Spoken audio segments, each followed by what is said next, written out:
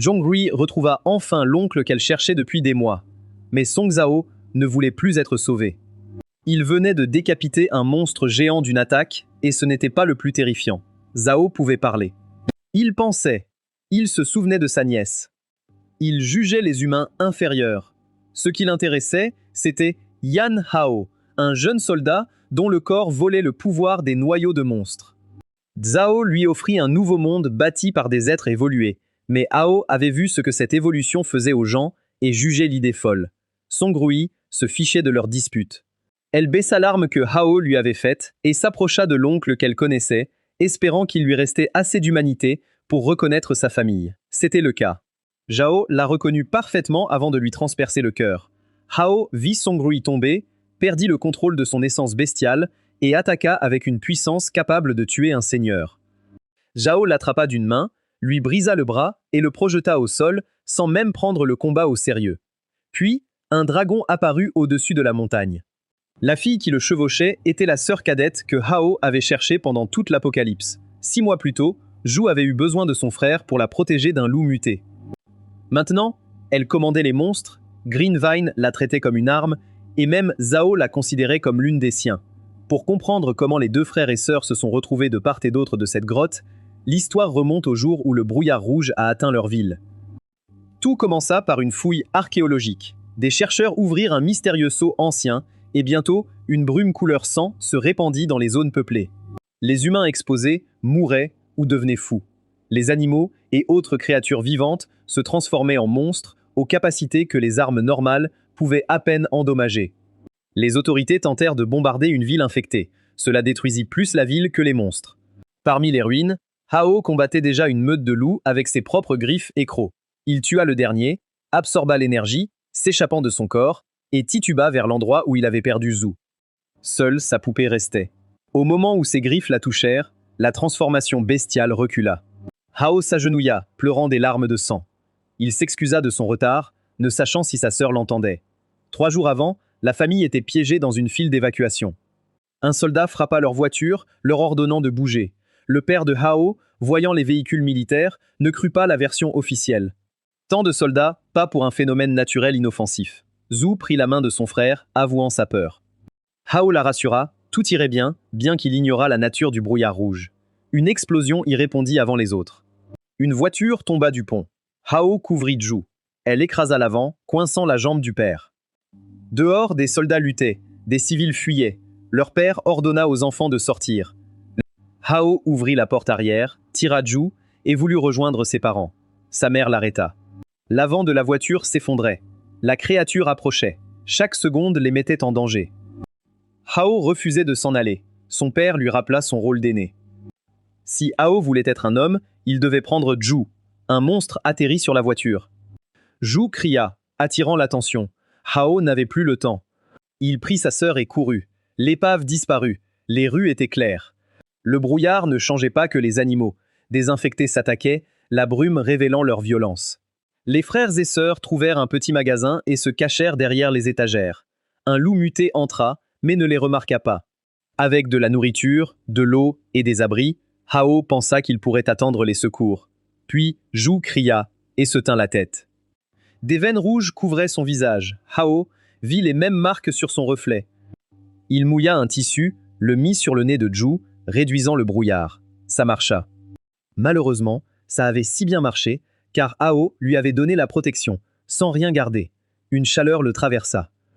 Il s'effondra, sentant quelque chose sous sa peau vouloir sortir. Zhu demanda ce qui n'allait pas. Hao insista qu'il allait bien, crachant du sang. Ce n'était pas très convaincant. Le bruit ramena le loup. Hao lutta contre la transformation pour emmener Zhu à la sortie, où une créature ailée attendait. Le loup vint par derrière, les piégeant entre deux monstres.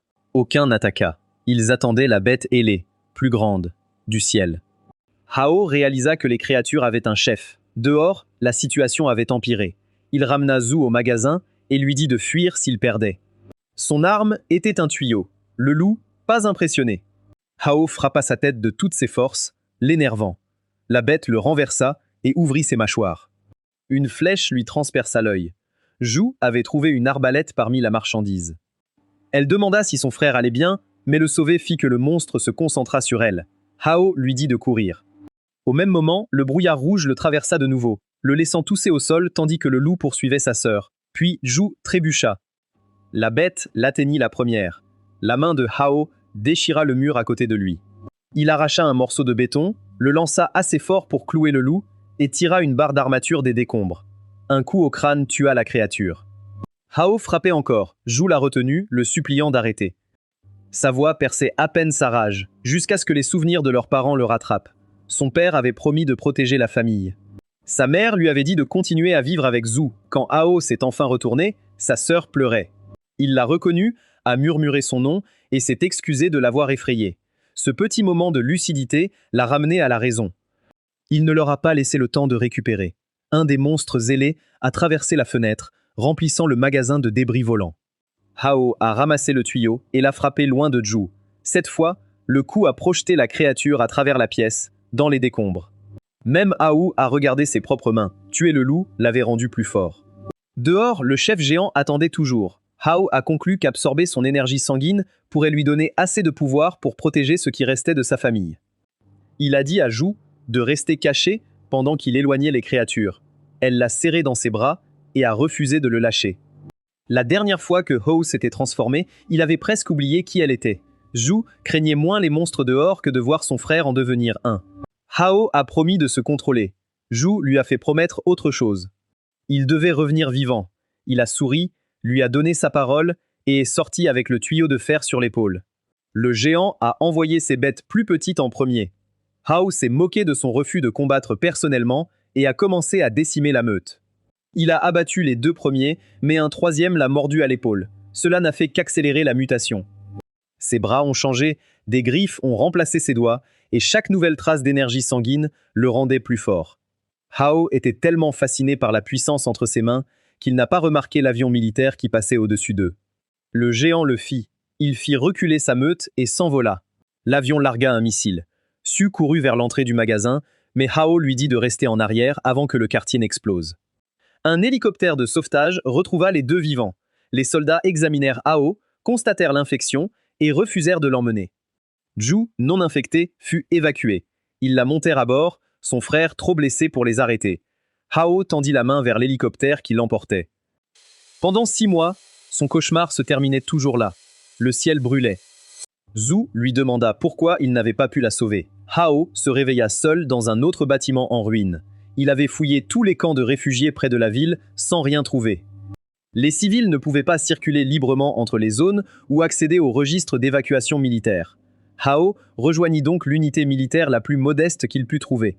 La patrouille frontalière offrait un équipement terrible, des missions dangereuses et l'accès exact dont il avait besoin.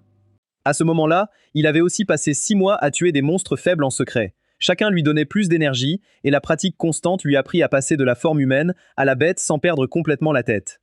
Au poste frontière de Kishi, aucun des autres patrouilleurs ne connaissait cette partie de lui. Il connaissait Hao comme la recrue encore en retard. Le capitaine Jia-Jun l'accueillit d'un coup de pied et exigea de savoir où il était. Hao s'excusa en grimpant la falaise d'observation et Jio l'avertit de ne pas causer de problème à l'arrivée des importants soldats de l'unité spéciale. Le poste surplombait une ville engloutie par une brume rouge. Une mystérieuse tour y était apparue en même temps que la catastrophe, forçant les survivants à rester derrière les défenses frontalières. Les patrouilleurs considéraient leur rôle comme principalement décoratif. Le sang brûlant et les autres unités de combat spéciales étaient ceux qui se battaient au-delà de la ligne. Si ces élites échouaient, quelques soldats de patrouille avec des fusils ordinaires ne pourraient probablement pas arranger la situation. Je regardais le brouillard autour de la tour et me demandais si le géant d'il y a 6 mois était toujours en vie. Plus important encore, il pouvait sentir ce que les autres ne pouvaient pas. La brume portait une soif de sang, encourageant chaque créature à l'intérieur à attaquer. Puis le brouillard se retira soudainement de la tour. Les soldats de l'unité spéciale sortirent en courant et ordonnèrent à tout le poste de battre en retraite. Une créature frappa avant que Jia ne finisse l'ordre. Elle l'attrapa et le capitaine sembla accepter la fin de sa carrière frontalière, si peu glorieuse. Hao sauta de la falaise. Il atterrit sur le monstre, le tua de ses griffes transformées et absorba l'énergie. 3 créatures l'encerclèrent avant qu'il ne reprenne forme. Un lourd projectile en transperça une. La tireuse était Song Rui, capitaine de l'escouade mobile Sang Brûlant, et elle regardait les griffes de Hao. Ses soldats levèrent leurs armes. Hao reprit forme humaine et se rendit immédiatement, expliquant qu'il n'était qu'un simple soldat de patrouille, et Sang Brûlant ouvrit le feu. Les balles le dépassèrent et tuèrent le monstre qui approchait par derrière. Hao resta là, les mains levées, ne sachant plus si être arrêté serait plus embarrassant que d'admettre qu'il avait mal compris la situation. Song Rui s'approcha et demanda où était son fusil. Cette question était bien plus difficile à surmonter. Elle l'emmena dans une tente de campagne pour l'interroger. 37 personnes étaient mortes à l'avant-poste Sectura, y compris des soldats d'élite et de patrouille.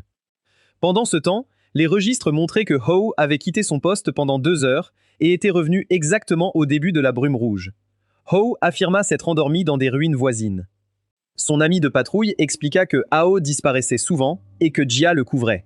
Hao lança à l'homme un regard promettant de futures violences, tandis que Song Rui conclut que toutes les squads de patrouille avaient des problèmes de discipline. Jia était déjà à l'hôpital, crachant du sang, donc ils ne pouvaient pas améliorer leur défense. Song Rui continua d'examiner le dossier de Hao. Il avait terminé sa formation de base 3 mois plus tôt. Des combattants spéciaux expérimentés étaient morts dans l'attaque, pourtant ce simple soldat, à peine entraîné, avait survécu sans armes. Hao dit qu'il faisait de la course et était très doué pour s'échapper. Song Rui demanda pourquoi quelqu'un terrifié par la mort avait rejoint l'armée. C'était la première question à laquelle il ne pouvait pas répondre par une blague. Tandis que Hao restait silencieux, elle s'approcha et demanda doucement ce qui n'allait pas avec ses mains. Elle savait déjà que l'histoire de la course était absurde. Elle voulait connaître son véritable objectif.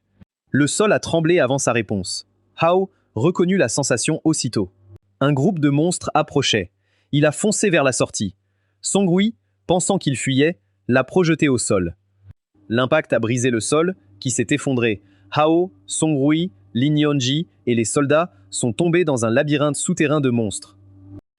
Hao s'est libéré de ses liens en tombant. Son ami de patrouille a râlé, les problèmes le suivaient. Hao a dit « D'abord on survit, la plainte attendra ». Song Rui a ordonné « Vérifiez vos armes, formation ». Dans ces tunnels, exposer son dos était fatal. Hao a entendu de l'air dans un passage. Son ami a testé, senti un courant d'air et dit « Je suis bon pour l'évasion ». 3 yeux brillants s'ouvrirent derrière lui. Song Rui lui a dit de se baisser et a tiré. La tête du scarabée a explosé au-dessus de ses jambes, le sol fut couvert de sang corrosif. Elle a averti « Ne laissez pas les insectes s'approcher, personne n'agit sans mon ordre. Hao, tes explications sont reportées. » Il ne savait pas si elle l'arrêterait ou protégerait son secret. Des insectes ont jailli des murs avant qu'il ne décide. Le sang brûlant a ouvert le feu, forçant un passage vers la seule voie libre. L'équipe l'a atteinte, l'essaim s'est figé. Les petites créatures s'écartaient. Un seigneur blindé a émergé de la brume rouge. Il a converti la brume en attaque d'énergie. Song Rui a tiré la première, mais son projectile a rebondi sur sa tête. La contre-attaque de la créature volait vers elle. Hao s'est interposé et a absorbé l'explosion. Plus besoin de se cacher. Il a promis d'expliquer s'il survivait et a chargé, griffe sortie. Le premier coup aurait déchiré une bête ordinaire. Celui-ci l'a à peine remarqué. Sa carapace était si épaisse qu'elle transformait le monstre en un char vivant, et Hao réalisa qu'il avait sacrifié la vitesse pour tout investir dans la défense. Ça lui donnait un avantage. Il tournait autour de ses flancs et frappait plus vite qu'il ne pouvait se retourner. Le même patrouilleur qui connaissait Hao comme un lâche professionnel le regardait avec incrédulité. Song Rui improvisa la couverture la moins crédible possible. Elle affirma que Hao était un soldat expérimental secret de l'Alliance Sioux, échappé d'un laboratoire et infiltré dans la patrouille frontalière. Étrangement, le patrouilleur accepta cela plus vite que la vérité. Yeonji était moins convaincu. En tant qu'adjoint de Song Rui, il n'avait jamais entendu parler d'une telle expérience, mais il déclara l'information classifiée et ordonna à tous de garder le silence. Le suzerain l'interrompit en tirant une autre sphère d'énergie. Hao l'esquiva, mais l'attaque continua vers les soldats. Yeonji repoussa le patrouilleur et absorba l'explosion. Sa jambe était gravement blessée, mais il insista qu'échanger une jambe contre une vie en valait la peine. Quand le patrouilleur demanda pourquoi un soldat d'élite risquerait sa vie pour quelqu'un d'aussi insignifiant, Yeonji le corrigea. Le sang brûlant n'existait pas seulement pour tuer des monstres. Ces soldats étaient le dernier bouclier de l'humanité, et un bouclier n'abandonne pas la personne derrière lui. La réponse laissa le patrouilleur sans voix. Pendant ce temps, la situation de Hao empirait. L'énergie rouge qui alimentait ses griffes s'épuisa, et le suzerain le projeta à travers le tunnel. Une pointe s'abattit sur sa poitrine. Song Rui tira sur la tête de la créature et le sauva. et un brouillard rouge commença à s'écouler dans les passages ramifiés. Le suzerain avait créé la vague à la surface et pouvait rediriger la brume sous terre pour se régénérer. Ses blessures se refermèrent, tandis que Hao ne pouvait plus maintenir une transformation partielle. Song Rui ordonna la retraite. Hao refusa.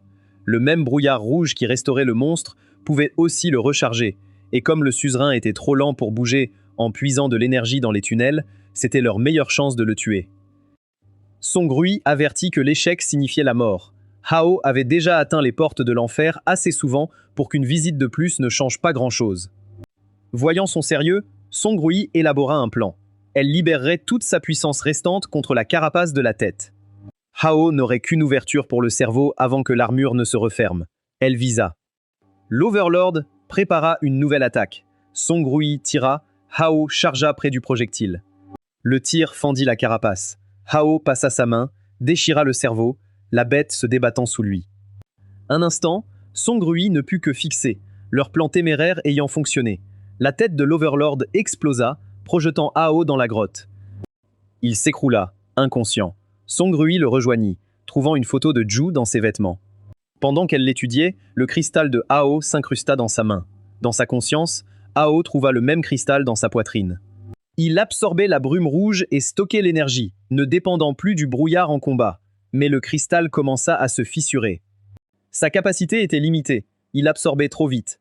Hao se rappela la brume rouge de l'Overlord et força l'excès en un point concentré, au lieu de le laisser se répandre. Il se réveilla à l'hôpital militaire et décida de tester l'idée. Song Rui ouvrit la porte au même instant. 5 minutes plus tôt, elle avait visité Yeonji. Son adjoint blessé avait consulté les dossiers, exigeant de savoir pourquoi un sujet d'essai Sioux n'apparaissait dans aucun système classifié. Song Rui lui retira la tablette, lui ordonna de se rétablir et révéla son transfert. Yeonji menaça de tout rapporter à son père, le chef d'état-major Song Liang. Elle coupa ses communications. La loyauté familiale est admirable. Moins utile quand le membre de la famille pouvait la démettre. Après avoir quitté Yeonji, Song Rui plaça un garde devant la chambre de Hao et entra seule. Elle trouva un nuage de brume rouge autour de la main de Hao et demanda ce qu'il faisait. Hao n'eut pas de réponse, incapable de l'arrêter. Il lui dit de s'écarter. L'énergie rouge traversa la porte, plusieurs bâtiments, et manqua de tuer le patrouilleur, qui était au pire endroit. De sa fenêtre d'hôpital, Yeonji sut qui avait causé la destruction. Le secret de Song Rui n'avait tenu que 5 minutes. Elle emmena Hao sur le toit et exigea des explications. Il admit que son corps absorbait le brouillard rouge, les noyaux de monstres et leur pouvoir. Le nouveau cristal pouvait stocker l'énergie et même se réparer, mais chaque pouvoir risquait de le transformer en monstre. Hao lui montra sa main et demanda si quelqu'un comme lui pouvait encore être humain. Song Rui refusa de répondre. Humain ou monstre dépendait de ce qu'il ferait de ce pouvoir. Ce qu'elle pouvait dire, c'est que sa capacité était à la fois une arme et un désastre potentiel. Il lui restait 2 options. Il pouvait rejoindre Burning Blood sous sa supervision, ou l'armée le classerait comme monstre et le détruirait. Hao fit remarquer que les forces de la ville n'en étaient pas capables. Song Rui acquiesça. Elle le prévint aussi que croire pouvoir combattre l'alliance Sioux seule était très optimiste. Rejoindre son escouade offrait ressources, protection, une identité légale et accès à l'information. Hao demanda pourquoi elle s'efforçait de recruter quelqu'un qu'elle connaissait à peine. Song Rui admit avoir une autre raison, sans l'expliquer. Ils n'étaient pas ennemis, et pour l'instant, il pouvait considérer l'offre comme un accord. Puis elle lui montra la photo de Shu. Hao exigea de savoir où elle l'avait trouvée. Song Rui lui rappela qu'un réseau de renseignements militaires de haut niveau pouvait découvrir bien plus qu'une photo de famille. S'il la rejoignait, elle utiliserait ce réseau pour chercher sa sœur. Chercher seule lui avait déjà coûté 6 mois. Hao accepta. Puis il demanda une augmentation. Song Rui le nomma candidat avec un meilleur salaire et lui ordonna de remplir les papiers. Avant qu'il ne parte, elle mentionna qu'elle avait déjà remboursé l'hôpital pour les dégâts. Chaque pièce serait déduite de son futur salaire. L'accord incluait le renseignement militaire, pas la démolition gratuite. Hao retourna au QG de patrouille avec le soldat qui l'avait accompagné dans le labyrinthe souterrain. Le patrouilleur avait été muté à l'unité spéciale. Sa jambe blessée et ses capacités limitées le plaçaient à l'arrière, mais il en était très fier. Il tapa l'épaule de Hao, annonçant qu'ils se couvriraient mutuellement. Hao réalisa qu'il avait servi des mois à ses côtés sans jamais lui demander son nom. La prise de conscience dut attendre. Le capitaine Jia était en difficulté. Zhang Shi, commandant de Qixi, avait encerclé le capitaine blessé avec ses soldats. Il accusa Jia d'une vieille humiliation impliquant une femme muette, le traitant de chien sans maître venu mendier compensation. Compensation. Il frappa Jia au ventre, rouvrant ses blessures. Le patrouilleur s'élança le premier. Les hommes de Zhang Shi le mirent à terre, menaçant de lui briser le bras si Jia ne s'agenouillait pas pour lécher les bottes du commandant. Jia commença à s'abaisser. Hao lui attrapa le bras avant qu'il ne touche le sol. Le capitaine avait couvert ses absences, protégé sa quête de Zhu et traité un soldat peu fiable comme les siens. Hao dit à Jia que c'était son tour de lui rendre l'appareil. Il avertit la garnison. S'il touchait encore le capitaine, il leur briserait les os pour en faire du bois de chauffage. Ils le prirent mal. Le premier soldat fut frappé au visage. Hao bloqua le second d'un coude, frappa le troisième au genou, projeta le quatrième contre un mur. Les autres cessèrent de charger, voyant les volontaires devenir des exemples. L'un d'eux tenta de les rassurer, disant que Zhang Shi était un guerrier de classe E. Zhang Shi sortit un pistolet et tira 3 coups. Hao s'interposa, lui arracha l'arme et l'écrasa. Il nota que même les attaques ordinaires de Song Rui étaient 100 fois plus rapides. Le commandant avait un couteau. Il s'élança. Hao arrêta la lame, souleva Zhang Shi par le cou et lui rappela qui exigeait que Jia s'agenouille. Menace de rang et de vengeance. Hao lui enfonça la tête dans le sol. Les soldats de la garnison ont emporté leur commandant inconscient et ont fui.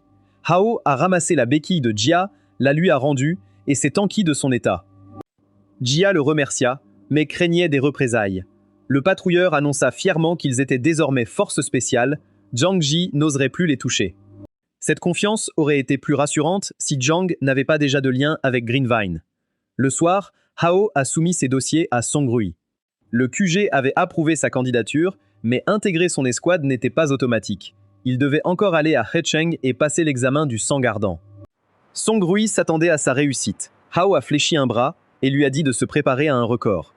Le lendemain matin, les candidats sont entrés à Hecheng en blindé. Song Rui a expliqué le système de combat. Les humains activant des capacités via des noyaux de monstres étaient des guerriers, classés de E à S.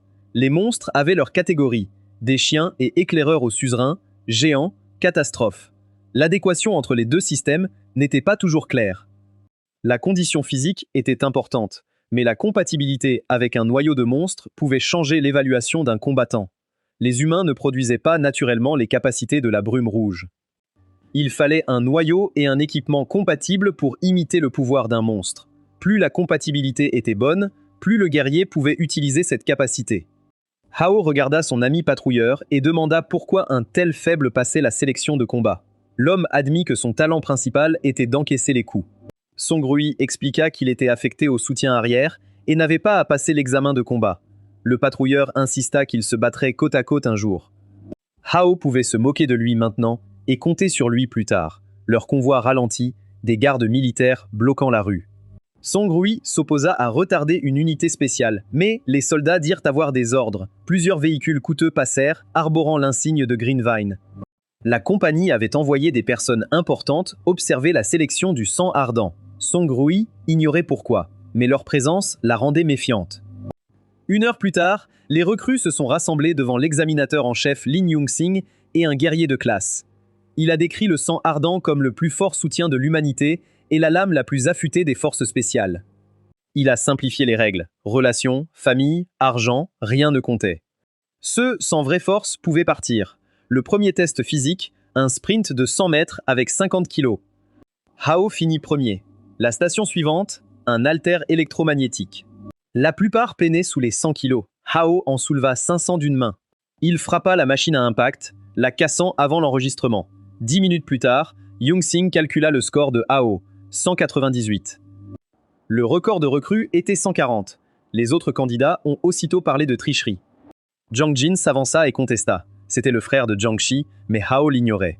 Zhang Jin rappela poliment à Yongxing l'ancien record, curieux qu'une recrue inconnue l'ait tant dépassé. Yongxing avait personnellement supervisé et enregistré. Accusait-il l'examinateur de favoritisme? Le débat public prit fin. Zhang Jin croisa Hao, l'identifiant comme l'homme de la patrouille de Qixi. Il fit semblant de saluer un concitoyen. Intérieurement, il prévoyait déjà de lui rendre l'humiliation de Zhang Si au triple. Hao nia le connaître et conclut que la garnison de Qixi produisait des gens désagréables et des familles entières. Les scores finalisés, Hao était premier et Zhang Jin troisième. Le résultat attira l'attention de Jin Ying, chercheuse du bureau de renseignement technique, venue pour se divertir. Elle avait trouvé bien plus intéressant que le divertissement. Seuls les 15 premiers passaient au test de compatibilité. Avant cela, Zhang Jin contacta ses associés Greenvine du dortoir. L'un lui rappela que le service de son frère était la seule raison de cette opportunité. Il n'avait qu'une chance d'entrer dans Burning Blood et ne pouvait la gâcher. Zhang Jin promit que non. Sur la plateforme, Yongxing donna à chaque candidat un bracelet pour noyau de bête. L'appareil mesurait la compatibilité, mais ne conférait aucune capacité. Sous 40%, c'était l'élimination. Seules les créatures de rang Molos ou supérieur produisaient des noyaux. Équipés, ces noyaux donnaient des capacités élémentaires, physiques, de soutien ou de contrôle, selon l'utilisateur. Le premier candidat avait fini 5e au test physique. Sa compatibilité était de 39%.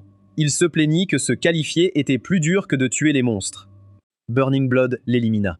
Un autre candidat passa avec un résultat de classe D. Zhang Jin monta sur la plateforme, mit le bracelet et injecta son énergie dans le noyau. Il atteignit 60%. Le meilleur résultat précédent était 56. Les candidats virent Zhang Jin comme le vainqueur. Il les traita de racailles et s'écarta, satisfait. Jinye s'approcha de Hao. Elle savait qu'il venait de Kishi et trouvait étrange que sa force ait échappé au renseignement. Les changements de brouillard rouge dans le quartier le rendaient plus suspect. Hao fit mine de ne rien comprendre. Jin Ying ne le pressa pas. Elle voulait qu'il sache son intérêt. Hao la traita de Madame Je sais tout et lui demanda si elle pouvait répondre. Elle accepta, sous condition. Si sa compatibilité la dépassait, elle lui dirait tout. Hao, en quête d'infos sur Shu, ne pouvait ignorer ce pari. Jin Ying alla sur la plateforme, annonçant qu'elle battrait le record de Zhang Jin. Il rit. L'appareil afficha 78%. On se demanda si la machine était en panne. Jin Ying fit un pouce levé à Hao, courut vers Zhang Jin et lui annonça que son record avait duré quelques minutes. Zhang Jin l'inscrivit sur sa liste noire. Hao fut appelé. Le noyau de test était identique au cristal noir qu'il avait absorbé. Song Rui le classait juste sous un chef d'escouade, mais Hao ignorait ce qu'un test de compatibilité normal donnerait. Il inséra le noyau. L'écran afficha la classe C. De quoi choquer les candidats, c'était le niveau d'un chef d'escouade. Le système signala une erreur et perdit la lecture. Résultat final, 0%. Zhang Jin rit le plus fort. Après ces records, Hao aurait été rejeté par le noyau même. Hao s'inquiétait du cristal disparaissant dans le bracelet. Jin Ying courut au panneau de contrôle. Même la pire compatibilité aurait donné 1%. Un vrai zéro n'était jamais apparu. Elle voulait tout enregistrer pour son père. Zhang Jin remarqua le vide et accusa Hao de vol. Yang Xing lui ordonna de lever la main et d'expliquer où était le cristal. Hao n'avait pas de réponse. Avouer que son corps mangeait les noyaux le condamnerait au labo. Il transforma sa main, prétendant que les griffes venaient du noyau manquant. Les combattants se préparèrent à un infecté hors de contrôle. Jin était ravi. Hao répondit à sa voix, cacha ses griffes. Yongxing réalisa qu'il était conscient. Hao prétendit que le noyau était entré dans sa main, le transformant. Jin Ying lui saisit le poignet et le corrigea. Le cristal n'avait pas juste pénétré la peau. Sa main entière avait changé, faisant de lui le premier humain stable à utiliser ce genre de transformation. Les mêmes candidats qui avaient ri du 0% chuchotaient maintenant sur une anomalie sans précédent. Yongxing présenta Jin Ying correctement. Elle n'était pas qu'une recrue, mais une chercheuse senior. Son père, le général Jin Hanshen, dirigeait le développement scientifique et technologique de l'Alliance. Jin Ying reprocha à l'examinateur de révéler ses secrets après s'être efforcée d'être mystérieuse. Puis Yongxing demanda à Hao de rendre le noyau. Hao admit qu'il ne pouvait pas. Il s'était fixé à son corps et refusait d'en sortir. Zhang Jin informa immédiatement Greenvine. Que Hao soit infecté ou éveillé, il était le spécimen expérimental idéal. L'imagerie médicale confirma que le noyau avait fusionné avec Hao et ne pouvait être retiré sans risque. Jin Hanshin ordonna d'autres tests, persuadé que la transformation cachait des secrets. Yongxing arriva avec Song Liang, père de Song Rui, un des plus hauts gradés des forces spéciales. Il voulait savoir si Hao avait échoué aux 40%. Hanshin rappela qu'il avait aidé Greenvine à développer l'équipement de test. Il était le seul à connaître ses limites. La lecture n'était pas descendue sous l'échelle. Elle avait dépassé le maximum. La compatibilité de Hao excédait le maximum théorique. Les officiers assimilaient le résultat. Hao sentit le cristal dans sa poitrine passer du noir au rouge rouille. Le noyau de test n'avait pas conféré de nouvelles capacités. Au lieu de cela, il agrandit sa réserve de brouillard rouge et sa vitesse d'absorption. Le noyau de suzerain avait activé le cristal. Des noyaux plus faibles pouvaient le renforcer. Si cela continuait, Hao pourrait évoluer sans limite. Song Liang prit une décision. Song Rui voulait que Hao rejoigne son escouade mobile, l'ayant recruté. Liang lui reprocha d'être trop protectrice envers un homme qu'elle venait de rencontrer. Le devoir d'un soldat passait avant une promesse. Hao était déjà assigné à Yongqing. En tant que commandant de Burning Blood, Song Rui ne pouvait pas voler de personnel à un autre capitaine. Elle obéit, décidant de trouver un autre moyen de travailler avec Hao. Jin Ying le trouva dans la salle de repos avec des nouvelles de sa première mission. Un repère de monstres était apparu entre He Chang et Kishi, et les nouvelles recrues étaient envoyées en reconnaissance. Elle avait déjà convaincu Yongxing de les placer dans la même équipe. Leur mission n'était pas de nettoyer le repère. Il devait seulement identifier sa structure et évaluer la menace. Yongxing souligna que même un nid de bas niveau pouvait changer soudainement sous l'influence du brouillard rouge. Jin Ying avait promis que le renseignement était sa spécialité et dit à Hao de se détendre. La promesse a tenu jusqu'à la rencontre du convoi avec le premier essaim. C'était un nid ruche, avec des abeilles ouvrières et des abeilles de combat à dard. Hao se demandait pourquoi détruire un nid de guêpes géant exigeait 3 blindés. Jin Ying expliqua que c'était des abeilles de fer. Des centaines apparurent devant le convoi. Le patrouilleur braqua, des dards métalliques martelant l'arrière. Hao pressa ses mains contre la fenêtre et activa sa transformation, impatient de tester le noyau intégré. Il sauta, arracha la porte blindée de son cadre et recouvrit de pierre le métal et ses bras. Le résultat servait de bouclier et d'arme. Ses amis patrouilleurs le regardèrent, incrédules. Jin Ying l'analysait déjà. Elle pensait que Hao ne pouvait transformer que son corps, mais appliquer cette propriété aux objets faisait de tout ce qu'il touchait une arme. Elle enregistrait les données pendant que Hao abattait les abeilles de fer. Un dard vert transperça son bouclier. Les abeilles de fer ordinaires ne pouvaient percer cette défense. Hao avertit qu'un second attaquant se cachait dans les seins et ordonna à l'équipe de se couvrir. Un soldat essaya un lance-flamme. Jin Ying vit un autre projectile vert et lui dit de se baisser, mais il frappa d'abord son réservoir. L'explosion prouva que l'avertissement était fondé. Jin Ying chercha dans la base de données et identifia l'attaquant caché comme une reine de niveau chien. Son venin pouvait corroder les armures C inférieures. Le nid de bas niveau avait été mal évalué. Hao dit aux autres de gérer les petites abeilles pendant qu'ils ciblaient la reine. Jin Ying s'avança et libéra sa capacité pour la première fois. Le vent s'accumula autour d'elle, devenant une tempête, dispersant l'essaim pour exposer la racine vers la ruche. Hao compressa la porte blindée en lance et la lança. L'arme transperça l'abdomen de la reine, sans la tuer. Jin Ying comprit la raison. Ce n'était pas qu'un chien puissant. La reine allait évoluer en suzerain. Elle se retira avec toute la ruche avant que Hao ne puisse frapper. Il s'est effondré. La zone contenait 2 petites brumes rouges et le premier échange avait presque vidé son cristal. S'il avait su la reine présente, il aurait géré ses réserves. Jin Ying l'accusa de gésir, l'air d'un poisson mort, car il voulait le bouche à bouche. Hao se leva, disant ne pas s'intéresser aux enfants. Ça lui donna plus d'énergie que la barre chocolatée qu'elle lui donna. L'équipe regroupée, Hao ordonna de fouiller le champ, d'établir un camp et d'envoyer un rapport urgent sur la reine. Jin avait déjà transmis l'alerte. Son analyseur montrait une concentration de brume acceptable. La reine, blessée, pourrait achever son évolution s'ils attendaient. Jin Ying voulait entrer en combinaison, collecter les données et finir avant les renforts. Hao regarda la ruche qui venait de survivre à une lance. Fini la simple reconnaissance. Jin Ying mentionna qu'une mission au-delà de leur niveau de menace rapporterait un bonus. Ça expliquait son enthousiasme. Au quartier général, Yongxing en discutait avec Song Liang. Le personnel supérieur s'était divisé en 2 groupes. L'un voulait en faire une force de combat de haut niveau. L'autre, des chercheurs, voulait le traiter comme un spécimen expérimental. Les 2 groupes s'accordaient à dire qu'il était trop inhabituel pour être ignoré. Yangqing reçut le rapport de la ruche et apprit que le niveau de menace était passé de faible à élevé après l'entrée de Hao et Jin Ying. Liang faisait assez confiance à Jin Ying pour supposer qu'il y avait plus à cette décision, mais il ordonna quand même à l'unité mobile la plus proche de les soutenir. Zhong Rui reçut le commandement. Sa priorité était de sauver Hao et Jin Ying. Détruire le nid venait en second. Yeonji entra dans le bureau pendant le briefing, bien qu'il aurait dû encore se rétablir. Yongxing fut surpris de voir son frère hors de l'hôpital, mais Liang demanda s'il y aurait un problème à assigner Yeonji comme adjoint de Song Rui. Yang Sang accepta. Après l'avoir renvoyé, Liang admit en privé qu'aider Song Rui autant était tout ce qu'un père pouvait faire, sans expliquer pourquoi elle était si préoccupée par Hao. À l'intérieur de la ruche, Hao et Jinying comptaient sur des combinaisons de combat conçues pour résister à la brume rouge concentrée. Son analyseur ne montrait presque aucun changement à mesure qu'il s'enfonçait. Hao s'arrêta. La reine émergea de la poussière. Elle était déjà suzerain, les abeilles ouvrières autour avaient évolué.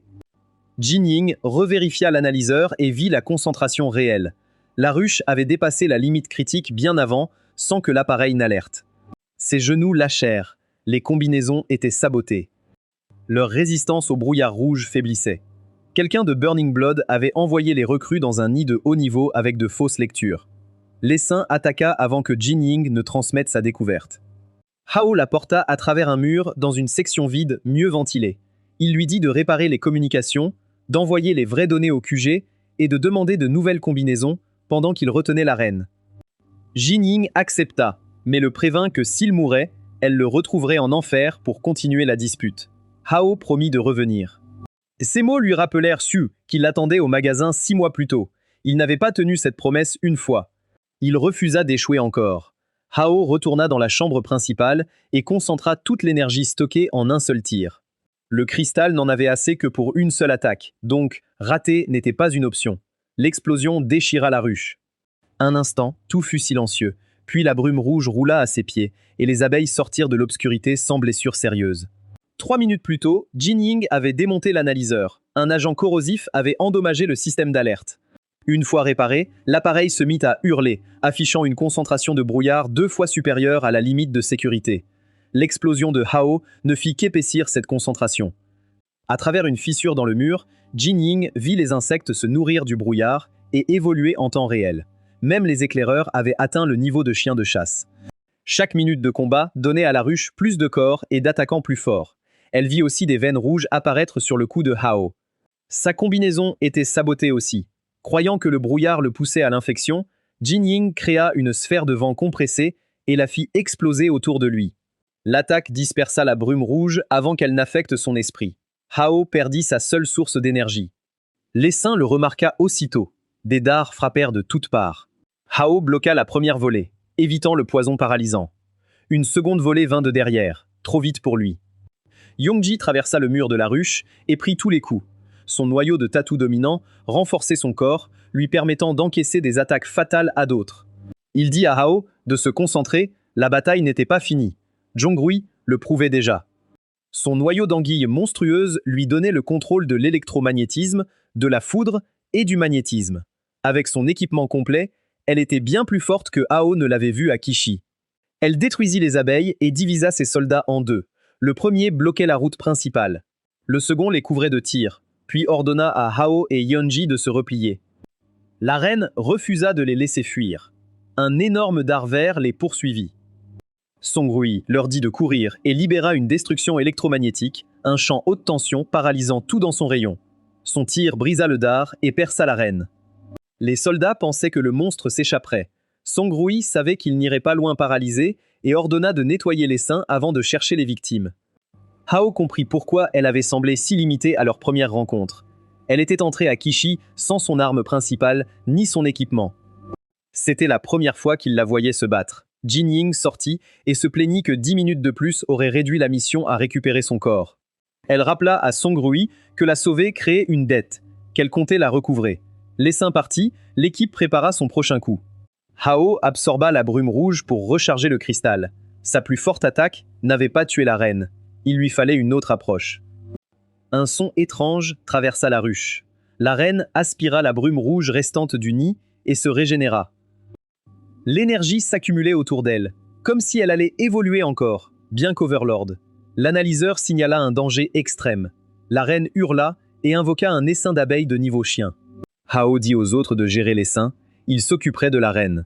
Song Rui lui fit confiance, ordonna de couvrir son avance et d'écarter les créatures.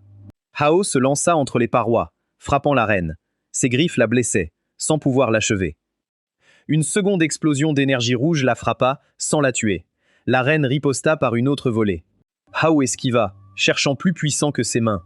Un dard du monstre était planté à côté de lui. Parfait. Il le retira, transforma le dard en épée massive et y injecta son énergie.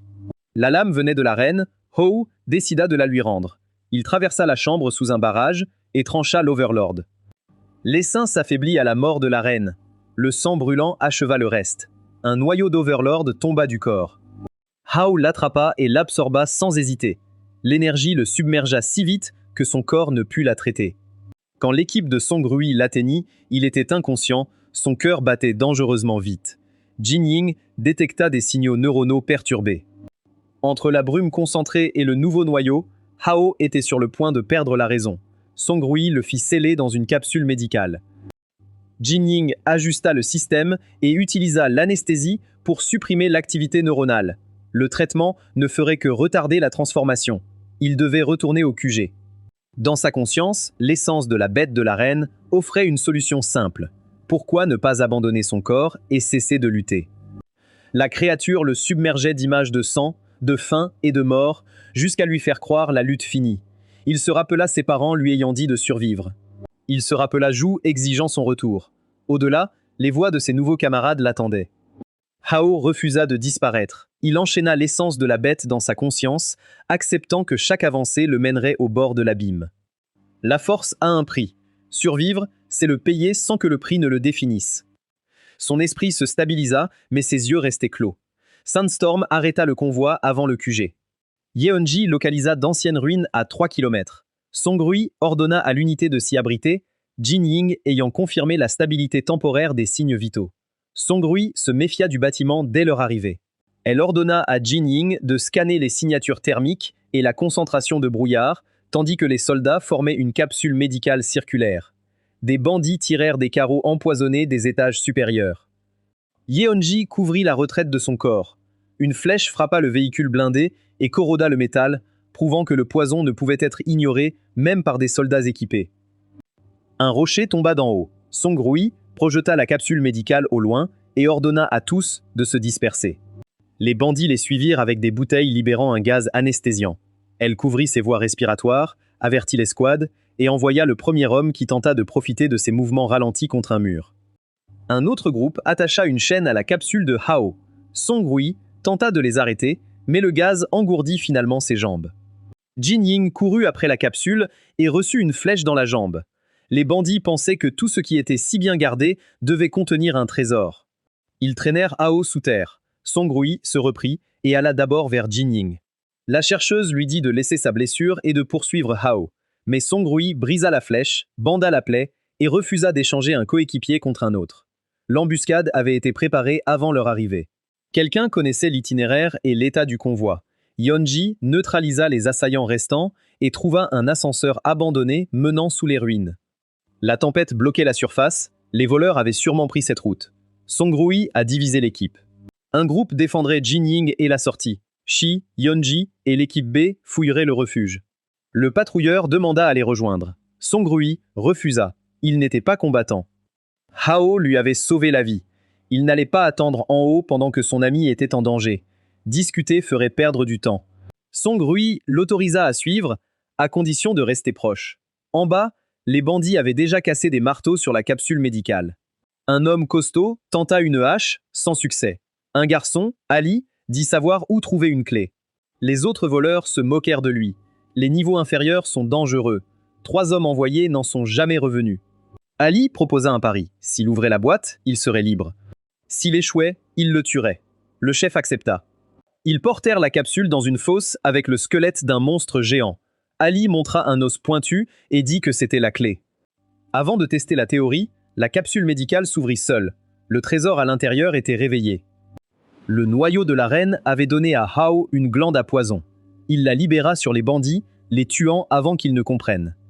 Le chef prétendait être un guerrier serf, capable d'écraser un faible en secondes. Hao répondit d'un coup de poing empoisonné qui le projeta contre le mur. Ali soupira derrière lui. Hao se retourna et lui demanda de se retourner. Ali s'évanouit avant de répondre. Menace écartée, Hao examina la fosse. Les squelettes de monstres, blessés, étaient disposés comme après des combats. L'abri avait jadis une arène où les bêtes s'entretuaient. Une explosion électromagnétique retentit au-dessus. Hao fut impressionné que la colère de Song Rui traverse 10 étages souterrains. Son escouade nettoyait l'abri. Yeonji, en tête, laissa les balles ricocher sur son corps blindé, brisant la ligne des bandits. Le détecteur capta une activité en dessous, puis perdit le signal, faisant craindre à Song Rui l'échec de la capsule. Hao sauta de la fosse avec Ali avant qu'elle n'organise une autre descente. L'équipe vérifia ses blessures et demanda ce qu'il avait trouvé. Hao décrivit l'arène de bêtes abandonnée, mais Song Rui retarda l'enquête jusqu'à l'arrivée du bon équipement. Seul le patrouilleur remarqua le garçon dans les bras de Hao. Ali se réveilla, sortit un couteau et frappa la poitrine de Hao. La lame se brisa sur l'armure de pierre. Hao le saisit et demanda s'il voulait mourir à ce point. Ali cria que tous les soldats étaient idiots, puis l'infection en lui se propagea. Il supplia Hao de le tuer. Hao l'assomma. Une photo tomba des vêtements d'Ali. Le patrouilleur reconnut Ashuo, soldat de l'escouade de patrouille 7 de Kishi. La ressemblance suggérait qu'Ali était son jeune frère. Jong-rui ordonna d'emmener l'enfant pour traitement. Tandis que le patrouilleur l'emportait, Hao sentit que l'infection était encore réversible. Il absorba secrètement l'énergie rouge avant que quiconque ne puisse voir. De retour au QG, ils trouvèrent un nouvel ordre de dépistage à la porte. Toute personne venant d'une zone de brouillard à haut risque devait se déshabiller, se désinfecter et subir une inspection. Song Rui demanda qui avait créé cette règle, inexistante avant leur départ. Zhang Jin apparut pour l'appliquer. Il perdit confiance en voyant Song Rui et Jin Ying. Il exempta les deux femmes, affirmant que seul Hao devait être examiné. Song Rui libéra assez d'énergie pour lui rappeler que les recrues ne dictent pas les règles au capitaine. Elle fit passer le groupe. Zhang Jin traita Ali de sale vagabond, indigne d'entrer au camp. Quand le patrouilleur dit que le garçon était le frère d'un soldat, Zhang Jin les traita de déchets et ordonna de lever les fusils. Hao le toucha. Le poison d'abeille de fer pénétra Zhang Jin. Hao le prévint que son comportement était inacceptable et lui conseilla d'arrêter tant qu'il le pouvait. Zhang Jin s'effondra. Hao dit aux gardes que le commandant était fatigué et avait besoin de repos. Pendant qu'il paniquait, Hao s'éloigna. Song Rui demanda ce qu'il avait fait. Hao promit que Zhang Jin se remettrait en quelques jours. Après le traitement de Jin Ying, les officiers enquêtèrent sur le matériel de ruche saboté. Un composé corrosif lent avait été appliqué aux deux combinaisons. Il désactivait la protection au contact d'un brouillard dense, simulant un accident dans le nid. Song Lang conclut que quelqu'un voulait tuer Jin Ying et Hao. Hao soupçonnait d'être la cible principale, Jin Ying ayant souffert pour être resté avec lui. Jusqu'à l'identification du traître, missions externes interdites. Jin Ying devait protéger Hao et elle-même pendant que le commandement cherchait la fuite. Quelques jours calmes passèrent. Le patrouilleur trouva Hao et chuchota qu'une autre photo d'Ali avait été trouvée. La fille sur la photo ressemblait à Shu. Hao atteignit l'infirmerie avant la fin des explications du docteur sur le rétablissement d'Ali. L'infection était grave à son arrivée, mais s'était mystérieusement affaiblie ces derniers jours. Hao demanda de l'intimité pour une prise de sang. Le docteur parti, il montra la photo à Ali. Zhu était agenouillé près d'Ashuo, lui pansant la blessure. Ali l'avait vue 6 mois plus tôt dans un camp de réfugiés. Il ignorait où elle était. Tenter de se souvenir déclencha l'infection, et Ali cria qu'il avait perdu Zhu et son frère. Ashuo avait été assigné au transport de réfugiés avant une mission secondaire inconnue. Il n'est jamais revenu, et la mission avait disparu des infos des soldats. Hao posa une main sur Ali, aspirant le brouillard rouge restant. Le patrouilleur avait tout vu. Hao lui demanda de garder ce pouvoir secret. L'homme comprit enfin pourquoi Ali guérissait sans traitement. Hao promit au garçon de retrouver Ashuo. En échange, Ali lui raconta tout du camp de réfugiés et de la fille. Plus tard, le patrouilleur demanda si Hao comptait retourner à Kishi, un traître le traquant. Zhu manquait à l'appel depuis 6 mois. Hao ne voulait plus attendre. Song Rui apparut, demandant qui l'arrêtait. Jin Ying, avec elle, était assez rétablie pour sourire de l'inquiétude du patrouilleur. Ils allèrent en salle de conférence. Song Rui et Jin Ying savaient pour Ali, les caméras de la salle médicale ayant tout filmé. Le patrouilleur fut horrifié que Jin Ying les ait vus. Elle préférait inquiétude. Song Rui lui demanda de revoir les images après le rapport de guérison. Elle rappela à Hao sa promesse pour Zhu et lui demanda de lui faire confiance plutôt que d'enquêter seule. Jin Ying s'enroula autour de son bras, offrant ses méthodes. Le patrouilleur se leva, promettant son soutien. Hao leur donna son plan. Dans les ruines de Kishi, Zhang Shi s'y préparait déjà. Il entra dans un lieu secret avec un mot de passe. Il demanda Hong Zhenan, l'agent Greenvine. Refusé, Zhang Shi mentionna le retour de Hao. Hao accepta l'appel. Quelques jours après, Hao, Song Rui et le patrouilleur atteignirent le poste de Qishi en voiture de Song Rui. L'enquête interdisait les véhicules militaires, le civil attirait moins l'attention. Jin Ying resta au QG avec Yeonji qui la protégeait, mais il pouvait les soutenir par comms militaires. Une sentinelle s'approcha pour inspecter la voiture. Avant, le poste reçut une alerte. Créature anormale à 1 km. Des loups de fer foncèrent sur les civils. Les soldats de la garnison abandonnèrent leur poste et fuirent. Song Rui les traita d'idiots d'avoir abandonné tous. Hao sortit, fit face à la meute, les civils se dispersant. Un loup attrapa un homme. Hao le tua, lui dit de courir et se tourna vers le reste de la meute. Les loups ralentirent, l'observèrent avant d'attaquer. Hao avait vu cette formation le premier jour de l'Apocalypse. À l'époque, il était désespéré, inexpérimenté et n'avait pu empêcher Zhu d'être emmené. Il refusa de revivre ce souvenir avec d'autres victimes. La meute ne dura que quelques secondes. Un soldat de la garnison vit Hao déchiqueter les créatures et envoya discrètement un message à Zhang Xi. Leur cible était à Qishi. Song Rui montra son identification et ordonna la réouverture du poste pour les civils. Les soldats ne pouvaient refuser à un capitaine de sang ardent en public. L'opération de sécurité artificielle cessa aussitôt. Pendant le trajet, elle suggéra que les contrôles n'avaient jamais eu pour but de protéger la ville. Hao convint qu'il cherchait probablement une personne spécifique, sûrement lui.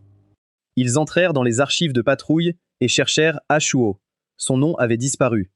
Toute la liste du personnel de l'escouade 7 avait aussi disparu, et la base de données locale avait été délibérément détruite. Le patrouilleur se demanda si leur voyage avait déjà échoué. Song Rui contacta Jin Ying, qui pouvait chercher des sauvegardes de niveau supérieur à distance, mais cela prendrait du temps. Le patrouilleur se souvint alors que Jia avait commandé Ashuo à la formation de la patrouille. Ils se rendirent chez le capitaine. Personne ne répondit. À l'intérieur, des dégâts récents couvraient les pièces, prouvant qu'un combat avait eu lieu. Hao estima à 80% la responsabilité de la garnison. Le patrouilleur expliqua le contexte manquant à Song Rui. Hao avait repoussé Jia et battu Zhang Shi si violemment que la vengeance était inévitable. Hao réalisa que le poste de contrôle avait confirmé son arrivée. Jia était un levier, et ceux qui le détenaient savaient que Hao viendrait le chercher. La garnison est apparue dès leur sortie. Le commandant adjoint Li Chi a accueilli Song Rui avec un enthousiasme exagéré, affirmant que Jia avait disparu en mission extérieure. Des créatures anormales étaient très actives près de Qishi. La garnison avait besoin de sang brûlant pour le retrouver. Song Rui a accepté, à une condition. Li Chi devait les accompagner. Il a argué qu'une action conjointe violerait l'autorité locale. Song Rui a clarifié qu'elle donnait un ordre, pas une faveur. Un refus serait de l'insubordination. Li Chi a soudainement eu un grand respect pour la coopération. Sur la route, Hao a demandé pourquoi Jia avait été envoyé dehors malgré l'activité accrue des monstres. Li Chi a affirmé que le capitaine avait insisté pour y aller.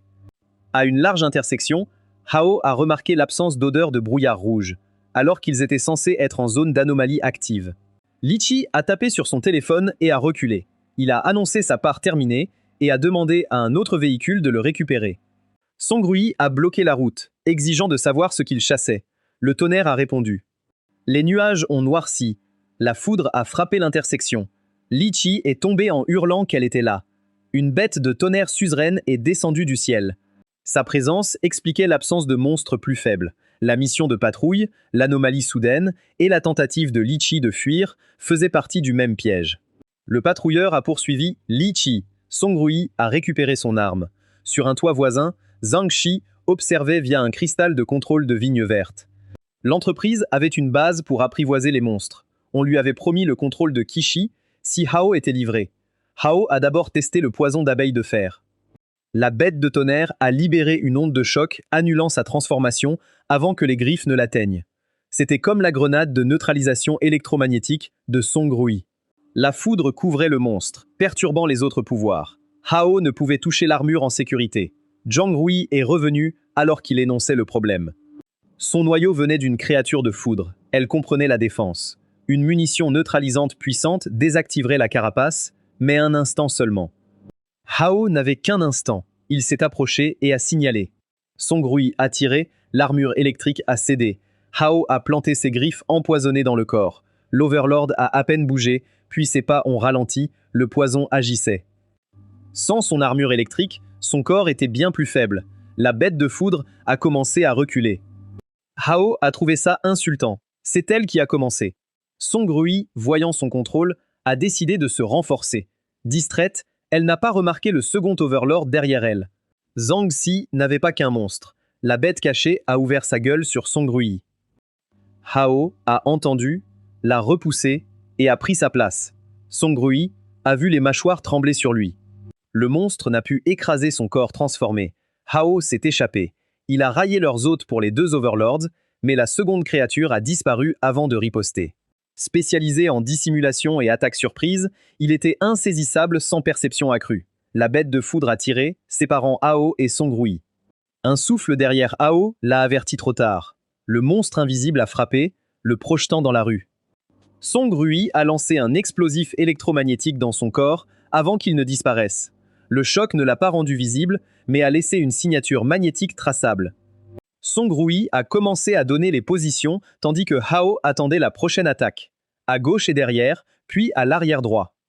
Les mâchoires invisibles se sont rouvertes. Hao a attrapé la gueule à deux mains et a tiré son énergie rouge directement dans sa gorge. L'Overlord est mort avant que l'explosion ne quitte son corps.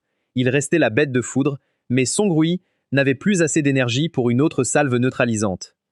Au lieu de cela, elle a transféré son énergie restante à Hao et a formé un bouclier ionisé autour de lui. Il pouvait résister à une attaque de foudre. Ça durerait une dizaine de secondes. Hao fonça, esquivant les éclairs, refusant d'utiliser le bouclier trop tôt. Quand la bête attaqua de près, l'ionosphère absorba le coup. Hao transperça le corps sous l'armure électrique de son poing. Du toit, Zhang Si fixa les deux seigneurs morts. Deux guerriers de classe B peineraient contre une seule créature de ce rang. Hao et Song Rui avaient survécu. Zhang Si ordonna des missiles anti-chars avant leur départ. Hao ramassa les noyaux et désactiva sa moitié Song Rui, la trouvant inconsciente d'avoir abusé de son pouvoir. Le patrouilleur revint avec Li Chi et supposa le pire. Hao confirma son épuisement, sans brouillard rouge. Les missiles arrivèrent. Leur guidage fut perturbé par le champ électromagnétique de la bête, les premiers tirs ratèrent. Li Chi, abandonné par Zhang Si, avoua tout. Il devait livrer Hao pour promotion, argent et luxe. Hao ordonna aux patrouilleurs de ramener Song Rui et Li Chi, contacter Jin Ying, signaler la mutinerie de Zhang Si et alerter Song Yang. Le patrouilleur dit à Hao de monter. Hao fit remarquer que regrouper les cibles rendrait le prochain missile plus facile à viser. Une autre salve arriva. Il la repoussa du pied. Cela convainquit le patrouilleur de partir. Hao grimpa à la position de la garnison, déviant les missiles mal guidés. Il atteignit le toit, traversa les soldats de Zhang Si, brisa le genou du commandant et lui fracassa la tête au sol. Puis Liu Feng frappa Hao à travers le toit.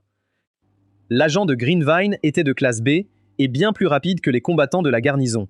Il disparut de la vue de Hao, attaqua sa garde et termina par un coup à l'estomac qui projeta Hao contre un mur. Hao cessa de bouger. Liu Feng se moqua de Zhang Si pour avoir perdu deux seigneurs face à quelqu'un cette semaine. Zhang s'excusa, attendit que son sauveur parte et se mit aussitôt à frapper le corps de Hao. Il ouvrit une connexion vidéo vers la cage de Jia et souleva Hao par les cheveux. Jia le maudit d'avoir mêlé le jeune soldat à leur conflit, exigeant que Zhang règle ses comptes avec lui. Mais Zhang voulait les faire souffrir tous les deux. Il fit transporter Hao à 300 mètres sous terre, à la base de dressage de Greenvine. C'était exactement ce que Hao attendait. Il était resté conscient, simulant sa défaite après avoir confirmé Jia en vie. Durant le transport, il absorba le noyau de l'Overlord invisible, obtenant la furtivité d'ombre. Greenvine le plaça dans une capsule scellée, entravée. Hao brisa la vitre. La sécurité le désigna sujet 907, envoyant des gardes avec anesthésiant et filet. Hao détruisit les caméras, activa sa nouvelle capacité et disparut à l'arrivée de l'équipe de sécurité. Sa furtivité ne dura que 10 minutes. Il les utilisa pour trouver Jia. Hao élimina les gardes, écarta les barreaux et réapparut. Jia, ravi, n'était pas surpris. Il savait le soldat difficile à tuer. Hao attribua cela à l'entraînement du capitaine et lui donna de l'eau. Il expliqua que la disparition d'Ashuo l'avait mené là. Jia avait passé des années sur le même schéma. Après la formation de la patrouille, la garnison assignait des soldats à des missions spéciales. Tous disparaissaient, le commandement affirmant leur mort. Jiangxi bloquait les enquêtes. La garnison n'avait pas l'influence d'effacer seul ces dossiers. Quelqu'un de plus puissant l'utilisait pour fournir des victimes.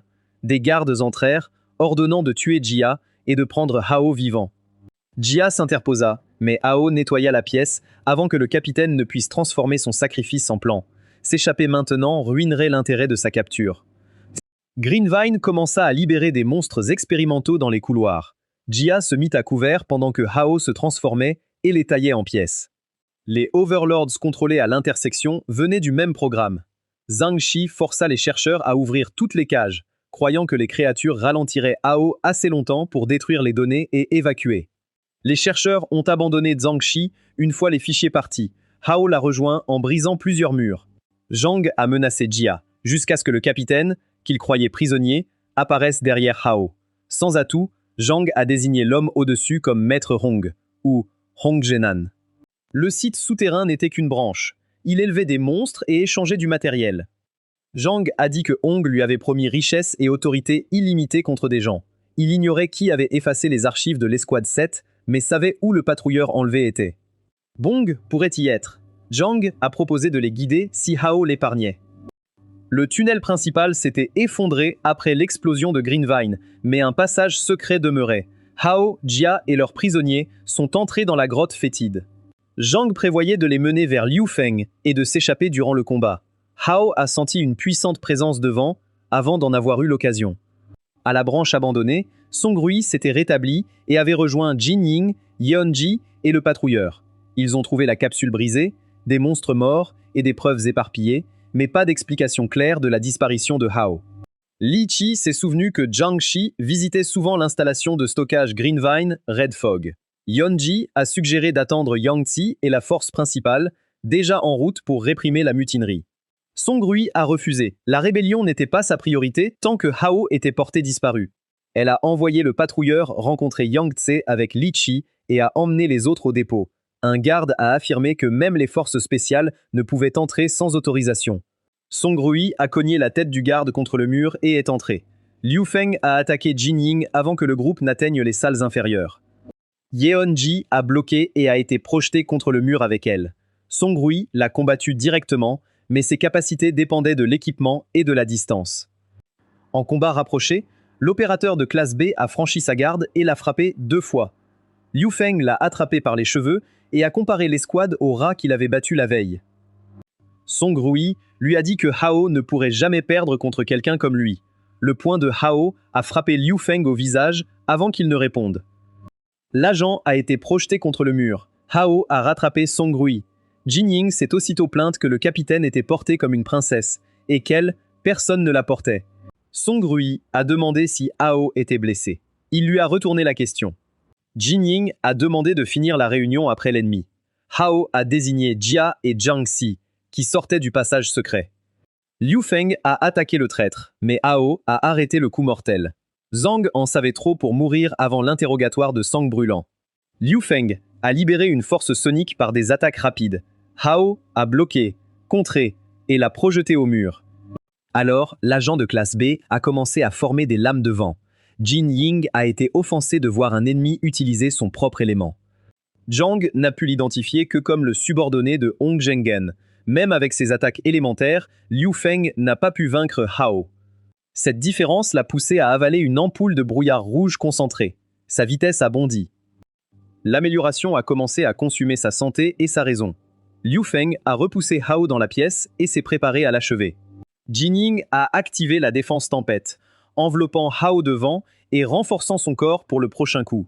Liu a libéré une explosion similaire au canon de brume rouge de Hao. Hao l'a arrêté d'une main et a absorbé l'énergie. Le même booster qui devait rendre Liu plus fort a donné plus de carburant à Hao à chaque attaque. Hao l'a projeté en l'air, a enchaîné les coups et a expliqué que le brouillard rouge ne le sauverait pas. Ce serait ce qui l'achèverait. Liu a touché le sol, se demandant quel monstre il avait défié. Hao a exigé l'emplacement de Hong. Jin Ying a piqué l'homme inconscient avec un bâton et a demandé comment il était censé répondre après que Hao l'ait assommé. Loin au-dessus, Hong Zhenan a regardé le combat sur un moniteur. La défaite de Liu ne l'a pas effrayé. Cela a rendu Hao plus intéressant. Hong a ordonné la destruction des données et activé un système de confinement. Une créature affamée a ouvert les yeux, tandis que le cristal rouge l'attirant, libéré de l'énergie. Zhang a dirigé le sang brûlant vers les prisonniers. Une porte verrouillée les a arrêtés. Ils sentaient une respiration humaine derrière et a refusé de forcer sans connaître leur position. Jin Ying a connecté et ouvert son ordinateur. Des rangées de capsules de survie remplissaient la pièce. Song Rui a attrapé Zhang, exigeant de savoir combien de personnes il avait livré. Il a insisté n'avoir transporté que des victimes et n'avait jamais su ce que Greenvine en faisait. Jia a trouvé Ashuo dans une capsule. Il était prêt à la briser. Jin Ying lui a retenu la main. Le conteneur maintenait Ashuo en vie. Casser la vitre sans équipement transformerait le sauvetage en exécution. Elle a appelé le centre technique. Une autre capsule a clignoté. Le cristal rouge libérait une concentration de brouillard croissante et l'installation a tremblé. Liu Feng est revenu, entièrement muté. L'ampoule avait achevé le processus qu'il pensait maîtriser. Song Rui a vu la même transformation que son oncle. Hao a identifié la capsule de cristal comme un leurre diffusant de l'énergie aux monstres proches. Quelque chose de bien plus dangereux que Liu approchait déjà du signal. S'il atteignait la base, prisonnier et preuve seraient détruits. Hao a emmené le leurre dehors. Song Rui a suivi, les autres protégeant la salle de survie. Hong observait d'un hélicoptère, verre à la main. Si Hao survivait à la créature, il serait plus précieux. Hao a lancé le leurre pour éloigner Liu, muté, du bâtiment. Un gigantesque ver serpent a jailli du sol et a avalé le signal. Yang Tse a vu la créature attaquer le convoi militaire près de la base. Il a ordonné de mener les renforts aux prisonniers et est parti seul. Hao a frappé le géant avec ses griffes mutées. L'attaque ne l'a pas égratigné. Song Rui a ordonné la retraite. Hao refusa. La créature suivait le leur. S'il fuyait, elle retournerait au dépôt et détruirait tout ce qu'ils avaient découvert. Il attaqua seul, utilisant la furtivité de l'ombre pour grimper vers la tête. Hao enfonça ses mains dans un œil, mais le monstre l'enroula de sa langue et le tira vers sa gueule. Song Rui sectionna la langue d'une décharge électromagnétique et projeta Hao. L'attaque épuisa son bras, lui rappelant la dépendance des guerriers ordinaires à l'équipement à noyau de bête. Hao était le seul capable de libérer des capacités de monstres directement. Le feu recouvrit le géant. Yongqing était arrivé. Ses puissantes attaques de flammes semblaient décisives, jusqu'à ce que le monstre en émerge intact. Il libéra un écran de fumée et creusa sous terre. Hao sentit le mouvement et traîna Song Rui avant que la créature ne jaillisse de sous leurs pieds. Jin Ying et Yunji les rejoignirent après que les renforts eurent sécurisé la salle de recherche. Yongqing réunit l'équipe et combina ses flammes au vent de Jin Ying, créant des tornades de feu qui arrachèrent les écailles du géant. La chair endommagée se régénéra. Yongqing reconnut une capacité de résurrection extrêmement rare. Chaque pouvoir de monstre provenait d'un noyau. La seule solution permanente était de le détruire. Le trouver dans un corps si grand était le problème. La créature libéra une autre attaque de fumée. Jin Ying forma une barrière de vent, mais ne put la maintenir longtemps. Zhong Rui força l'énergie électrique à travers ses yeux et chercha le corps du géant. La technique submergea ses sens, mais elle localisa un puissant noyau sur le côté gauche de son abdomen avant de s'effondrer dans les bras de Yunji. Yangxing façonna ses flammes en dragon et ouvrit un chemin à travers le corps. Jin Ying propulsa du vent dans la blessure, mais les attaques ordinaires ne purent briser la défense du noyau. Hao avait besoin de brouillard rouge. Les combats contre Liu et le géant avaient vidé sa réserve, puis la capsule de leurre roula près de ses pieds, détachée lors de l'attaque de Yangxing. Hao la brisa et absorba le cristal. L'énergie qui l'envahissait était bien plus concentrée que la brume rouge ordinaire. Tandis que les autres étaient repoussés par le géant, Hao concentra tout en un projectile massif et tira par l'ouverture de Yongxing. Des débris se répandirent sur le noyau. L'explosion le détruisit. Zhu l'appelait. Elle courut vers lui, exigea de savoir où il était et le serra dans ses bras.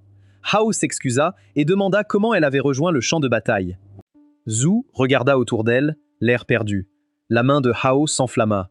Le feu se répandit sur son corps. Il avertit Zhu de s'éloigner, mais elle continuait de tendre la main. Hao se réveilla à l'institut médical d'urgence.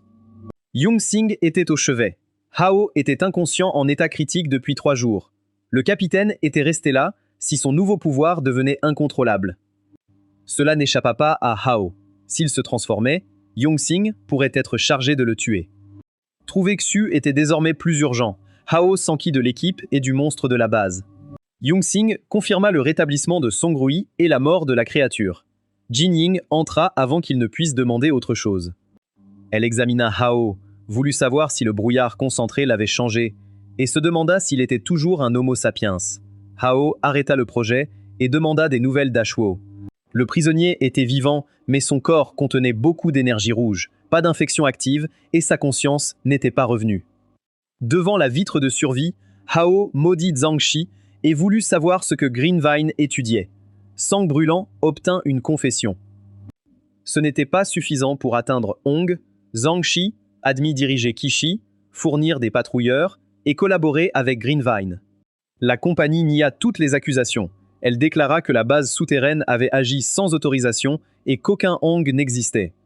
Greenvine, travaillant avec l'armée, Sang Brûlant ne pouvait enquêter publiquement sans preuves solides. Song Lang réunit Hao, Song Rui, Jin Ying, Yongxing et Jin Hanshin pour expliquer la situation. La victoire de Hao sur le géant avait attiré l'attention de l'alliance Sioux, y compris des autorités protégeant Greenvine. Hao voulait enquêter discrètement. Il était devenu le plus visible du conflit. Zhong Liang lui demanda ce qu'il ferait ensuite. Hao demanda l'avis du chef d'État. Liang lui conseilla de ne plus agir en proie. Si des factions puissantes le chassaient, Burning Blood devait devenir le chasseur. Hao comprit le sous-entendu. Liang voulait sa force. L'uniforme ferait de Hao un pion pour le chef. Song Rui s'opposa quand son père parla de le contrôler. Yangxing dit que l'isolement rendrait Hao plus vulnérable. La coopération lui donnait accès à ce qu'il voulait plus que le pouvoir, des infos sur Xu. Liang annonça un entraînement de 3 mois pour les recrues de Burning Blood, officiellement pour améliorer leurs capacités. En réalité, ce temps lui permettrait de retarder le conflit, d'identifier les espions et d'unifier l'armée avant Greenvine. Hao y vit un soutien temporaire, non une loyauté aveugle. Les recrues reçurent leur premier score. Hao avait 210 points. Jin Ying en avait 95, Zhang Jin en avait 45. Un point valait 1000 pièces de l'Alliance. Le premier mois de Hao avait rapporté 210 000. La salle d'entraînement réagit mal. Certains avaient passé le mois à s'épuiser, pour quelques dizaines de points. Ils refusaient de croire qu'un nouveau ait gagné autant. Les rumeurs sur Hao tuant un géant les rendaient sceptiques. S'il était si fort, pourquoi n'était-il pas promu? Zhang Jin suggéra que les instructeurs avaient manipulé le score. Zhang Rui lui dit que Hao pouvait l'écraser. Jin Ying fut moins formel et lui dit de se taire. Tang Yi les sépara. Capitaine de la 7e escouade de sang, c'était un guerrier de classe B respecté et expérimenté. Il a confirmé que le score de Hao avait été calculé via le système officiel, puis a proposé de tester ce résultat devant tous. Tang Yi a misé 40 000 pièces d'alliance sur un match. Les recrues ont calculé que ça payait une chambre et une salle de bain privée pendant 1 an. Jin Ying a ordonné à Hao d'accepter, offrant de l'aider à dépenser les gains. Hao avait une autre raison. Les tentatives de Zhang Jin de le saper continueraient tant qu'il n'aurait pas établi l'écart entre eux. Il a accepté le défi. Tang Yi a activé un noyau de type glace via ses gants et a gelé le sol de l'arène. Hao a évité la surface qui s'étendait, mais le capitaine l'a suivi avec des projectiles acérés de plusieurs angles. La puissance de Tang Yi était supérieure à celle de Liu Feng, mais ses attaques étaient plus lentes. Hao a traversé la glace avant que la deuxième vague ne puisse le piéger. Tang Yi a étendu la zone gelée avec beaucoup plus d'énergie, mais Hao était déjà assez proche pour le toucher. Puis Hao a activé la possession d'os de bête. Yongxing a arrêté le match avant l'impact et l'a déclaré vainqueur. Tang Yi a accepté la défaite sans se plaindre. Il s'est tourné vers les recrues et a demandé si quelqu'un remettait encore en question le score de contribution. Personne ne s'est manifesté. Jin Ying a célébré ses 40 000 pièces. Song Rui lui a rappelé que Hao les avait gagnés. Jin Ying a soutenu que tous les soins qu'elle avait fournis lui donnaient droit à une part. Zhang Jin a vu l'écart entre lui et Hao devenir public. Il a décidé qu'un entraînement normal ne suffirait jamais. 1 mois plus tard, Song Liang a reçu un rapport d'un orc attaquant des patrouilles près de Xi'an.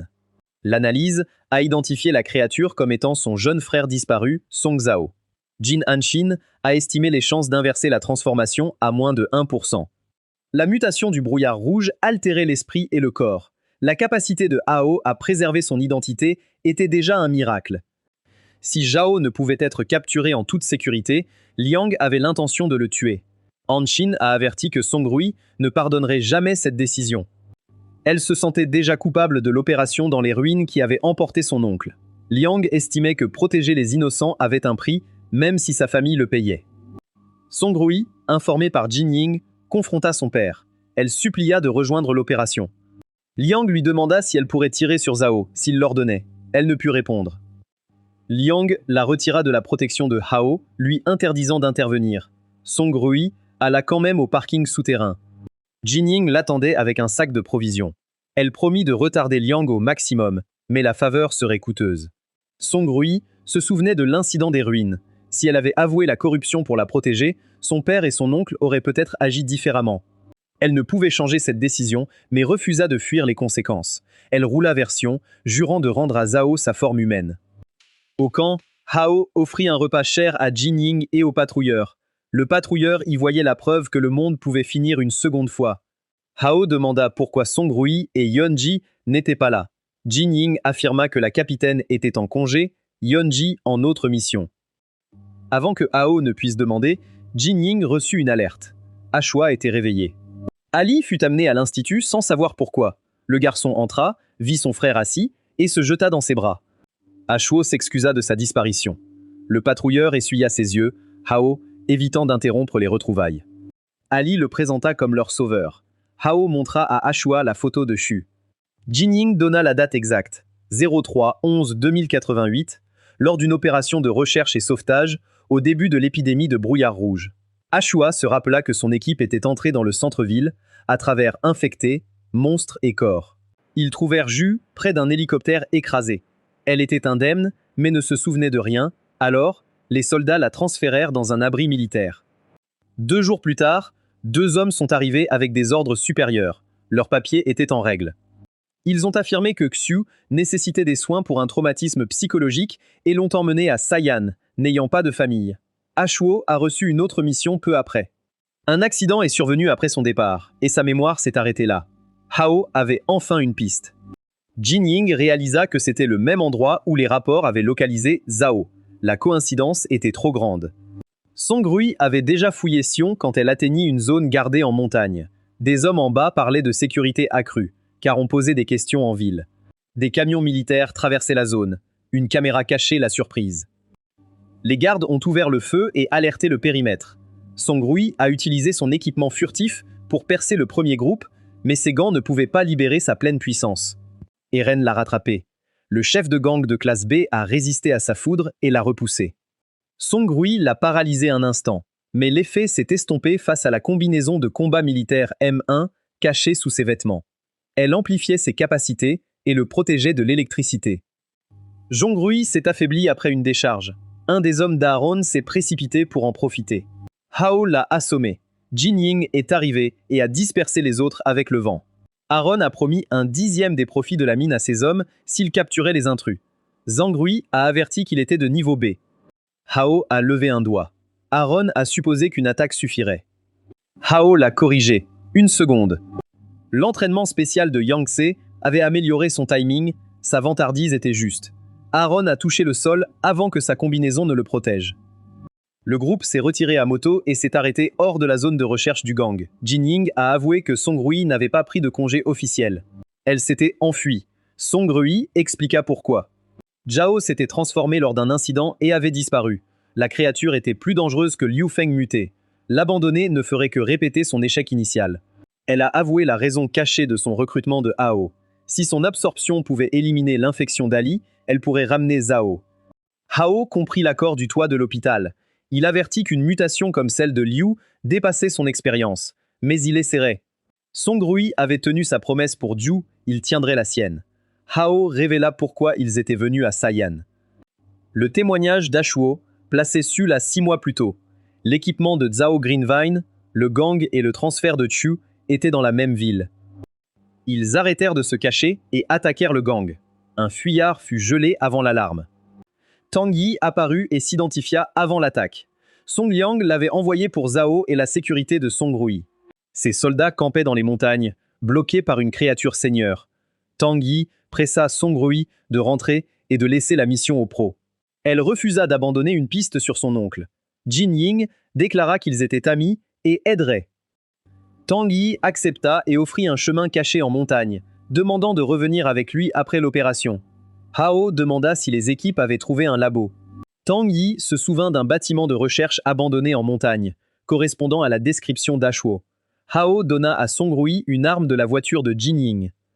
Il avait utilisé le noyau de la bête tonnerre et 150 000 points d'alliance pour l'améliorer. Song Rui le remercia. Jin Ying demanda quand quelqu'un comptait rembourser celle qui avait risqué sa vie pour le cadeau.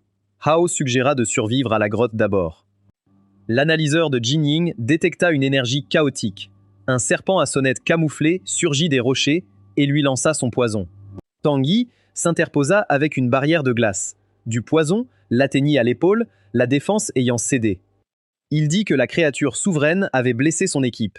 Empoisonné, il ne pourrait pas aider. Hao le remplaça. Il maîtrisa le serpent avec ses griffes. 2 autres monstres apparurent, un minotaure ardent et un lézard fouisseur blindé, tous 2 de niveau suzerain. Eren apparut au-dessus de la vallée, les contrôlant. Les monstres obéissaient bien mieux qu'Akishi. Tang Yi s'excusa d'avoir mis le groupe en danger. Il retiendrait le serpent pendant que les autres affrontaient les 2 suzerains. Il promit de les ramener tous. Song Rui choisit une créature et déballa son arme améliorée. Hao et Jin Ying prirent l'autre. Tang Yi gela le serpent avec l'âge de glace. Song Rui évita le poing du minotaure, sentit la maniabilité de sa nouvelle arme et tira à travers sa défense. Hao attaqua le lézard fouisseur pendant que Jin Ying utilisait le vent. Aaron se tenait sur la tête du monstre et neutralisait ses attaques élémentaires. Le duo changea donc d'approche. Hao libéra de l'énergie directement, tandis que Jin Ying formait un tourbillon. Leur attaque combinée projeta Aaron de la créature. Quand le monstre tira à l'aveuglette, Hao attrapa son contrôleur et le jeta dans le flux d'énergie de sa propre bête. Song Rui projeta le second suzerain contre un mur et fixa l'arme qui lui avait permis de le vaincre seul. Le serpent s'échappa de la glace de Tang Yi. Hao et Song Rui le rejoignirent et achevèrent le dernier combat ensemble. Aaron tenta de s'échapper. Sang Brûlant le captura et demanda pourquoi les montagnes étaient scellées. Il avoua que le gang avait découvert des cristaux rouges capables de contenir de l'énergie. Ils exploitaient le minerai en secret et le vendaient au marché noir. L'armée ignorait l'existence du gisement. Hao se souciait plus des monstres contrôlés et de l'équipement militaire. Aaron a admis qu'une organisation externe les fournissait. Une bête, supposée morte, se releva derrière eux. Au même moment, Aaron a sorti une arme sur Jin Ying. Tang Yi l'a devancé et lui a tranché la gorge. Aaron est mort avant d'avoir pu répondre. Song Rui a fait remarquer que Jin Ying aurait pu esquiver l'attaque. Tang Yi a affirmé avoir réagi sans réfléchir. Le moindre risque pour un coéquipier était trop. L'explication semblait protectrice. Elle éliminait le seul prisonnier capable de nommer le fournisseur. Depuis une falaise, Su observait l'équipe militaire. Le cristal rouge de la mine avait temporairement stoppé sa corrosion. Elle a vu Hao. Des souvenirs intenses la firent se cacher derrière les rochers. Zhu a murmuré « frère » en se tenant la tête. Hao sentit un regard, regarda la falaise, mais Shu était déjà caché. Le groupe est allé à l'institut abandonné. Tang Yi n'y avait trouvé personne. Hao, méfiant, a vérifié chaque pièce. Jin Ying examinait l'équipement. Song Rui a questionné Tang Yi sur ses ordres. Trouver Zhao n'était que le début. Si la situation dépassait un seuil, le QG voulait détruire l'homme transformé. Tang Yi a dit qu'il déciderait de la suppression avant d'obéir. Al a trouvé un journal et un disque dur endommagé. Le journal racontait l'histoire de Xi'an. Le 30 avril, un éboulement a endommagé un réservoir de brouillard rouge infectant des habitants. Le 3 mai, une opération militaire de nettoyage devint un massacre. Les infectés survivants furent capturés pour la recherche sur les mutations. Des entrées ultérieures décrivirent du minerai rouge trouvé dans la zone d'éboulement. Le matériau absorbait le brouillard rouge. Les résidents l'extrairent en secret. Le 4 juin, les chercheurs comprirent que les mouvements venaient d'une bête mutante géante. Le QG a ordonné une évacuation immédiate et insisté pour protéger une personne avant tout. Le sujet Alpha, Jin Ying, a réparé une partition du disque dur. Le dossier de Zhu est apparu à l'écran. Il montrait une force, une endurance et des capacités mentales hors normes. Son état différait de celui des hommes-bêtes des autres dossiers. Un fichier liait la recherche au nom Hong. Jinping a ouvert des photos de Zhu désignant un monstre énorme. Tang Yi a identifié la créature comme un suzerain et a exigé la date. D'après la lumière, la photo datait d'il y a 3 mois, vallée de l'Ouest. Il partit former son équipe. Hao examina le dossier. Si Hongjenan avait expérimenté sur Zhu, Vigne Verte la contrôlait encore. Le géant des photos était leur meilleure piste. Hao, Songrui et Jinying rejoignirent l'unité de Tang Yi en vallée ouest. Ils trouvèrent la créature derrière des rochers, signes vitaux faibles. Les relevés augmentèrent à leur approche. Le monstre ouvrit les yeux. Tang Yi ordonna la défensive. Le géant inonda la vallée de feu. Songrui remarqua qu'il modifiait l'environnement, pas une cible directe. Jinying en conclut qu'il voulait rendre la zone létale. La créature n'était pas rétablie. Une chance d'interrompre. Songrui, Jinying et Hao attaquèrent ensemble. Le vent ouvrit la voie. Songrui tira le premier. Hao enchaîna avec griffes et projectiles rouges. Ils se retirèrent. Le géant se libéra. S'il atteignait la ville, Xi'an serait détruite. Tang Yi renvoya ses soldats et bloqua le souffle du monstre avec un mur de glace. Jinying loua la défense. Hao se demandait pourquoi une telle force l'avait laissé empoisonner. Le géant perça, l'empêchant de douter. Songrui et Jinying attaquèrent de loin. Le monstre esquive, projetant Hao contre un mur avec sa queue. Un troisième œil s'ouvre sur son front. Ses signes vitaux montaient en flèche à l'activation de l'œil, puis s'affaiblissaient. Piégée sous la roche, la créature avait de graves dommages internes et ne pouvait maintenir longtemps sa pleine puissance. Zhongrui identifia le troisième œil comme le point faible. Leur première attaque échoua, le monstre libérant des cristaux pour neutraliser les projectiles. Jinying créa un plan. Hao approcherait pour provoquer l'attaque de souffle. Tang Yi la bloquerait. Pendant la pause, Hao déséquilibrerait la créature, Songrui tirant sur le troisième œil. Jinying disperserait les cristaux défensifs. Le plan fonctionnait. Le tir de Songrui fissura le troisième œil. Tang Yi sourit, loua le plan, puis transperça l'épaule de Hao d'une lance éternisée. Il n'avait jamais été leur allié. Tang Yi retira un cristal de contrôle, révélant qu'il dirigeait le géant depuis le début. Jinying le reconnut comme l'espion que Song Liang cherchait dans le sang brûlant. Songrui peinait à comprendre pourquoi Tang Yi les avait protégés des monstres précédents si toute la mission était un piège. Cette protection lui avait valu leur confiance. Tang Yi avait calculé la route cachée, positionné des seigneurs contrôlés le long de celle-ci et utilisé l'odeur du sang pour réveiller le géant des montagnes. Il s'attendait à ce que la créature épuise l'escouade pour pouvoir prendre Hao sans long combat. Le plan avait fonctionné jusqu'à ce que les victimes se révèlent plus difficiles à tuer que prévu. Hao demanda ce que Vigne Verte voulait de lui. Tang Yi promit que la réponse deviendrait évidente après qu'il ait rejoint leur camp. Le géant commença à cracher de la lave. Ses signes vitaux fluctuaient alors que le cristal de contrôle le forçait à sacrifier le reste de sa vie en une attaque finale. Hao dit à Songrui et Jinying de contenir le monstre pendant qu'il éliminait la personne qui le contrôlait. Les deux femmes lui firent promettre de revenir vivant. Tang Yi affirma que la force de classe B qu'ils avaient vue n'était qu'une partie de ce qu'il pouvait faire. Hao avait déjà dépensé la majeure partie de son énergie contre le géant et portait toujours la lance de glace dans l'épaule. S'il se soignait, Tang Yi et le monstre les auraient acculés. Hao attaqua. Tang Yi remplit le chemin de projectiles de glace. Hao les dévia, se rapprochant, profitant de l'énergie que Tang Yi dépensait à contrôler le géant. L'espion le rattrapa, et ils chutèrent de la falaise. Ils atterrirent dans la vallée, se séparèrent, cherchant leur souffle. Tang Yi se moqua de Hao pour ce duel. Même sans blessure, il aurait eu du mal contre un capitaine vétéran. Le vent glacial aggrava ses plaies. Tang Yi le suivit avec une lame de glace. Entre les parois, ils échangèrent coups et parades. Hao activa sa furtivité d'ombre. Tang Yi s'entoura de murs de glace, qualifiant l'attaque de sale tour. Il devint plus nerveux face à l'adversaire qu'il ne voyait plus. Hao apparut derrière lui et lui porta le premier coup net. Au-dessus, le géant acculait Songrui et Jinying au fond de la vallée. Jinying cria à Hao de finir vite, leur retraite ayant disparu. Tang Yi forma deux boucliers liés quand Hao lança une sphère d'énergie rouge. L'attaque le projeta contre le mur sans briser sa défense. Tang rejeta le projectile et se moqua de Hao, s'étonnant qu'il attende un tel impact d'un tir si faible. L'attaque déviée explosa contre la falaise, provoquant un éboulement. Un rocher s'abattit sur Tang Yi. Il l'évita, qualifiant le piège d'évident. Éviter le rocher le plaça exactement où Hao le voulait. Hao franchit la distance et frappa avec le poison d'abeille de fer. Tang Yi toussa du sang et tomba à genoux alors que la toxine atteignait son cœur. Hao avertit que plus de pouvoir accélérerait le poison. Se rendre était la seule chance. Tang Yi refusa de devenir prisonnier.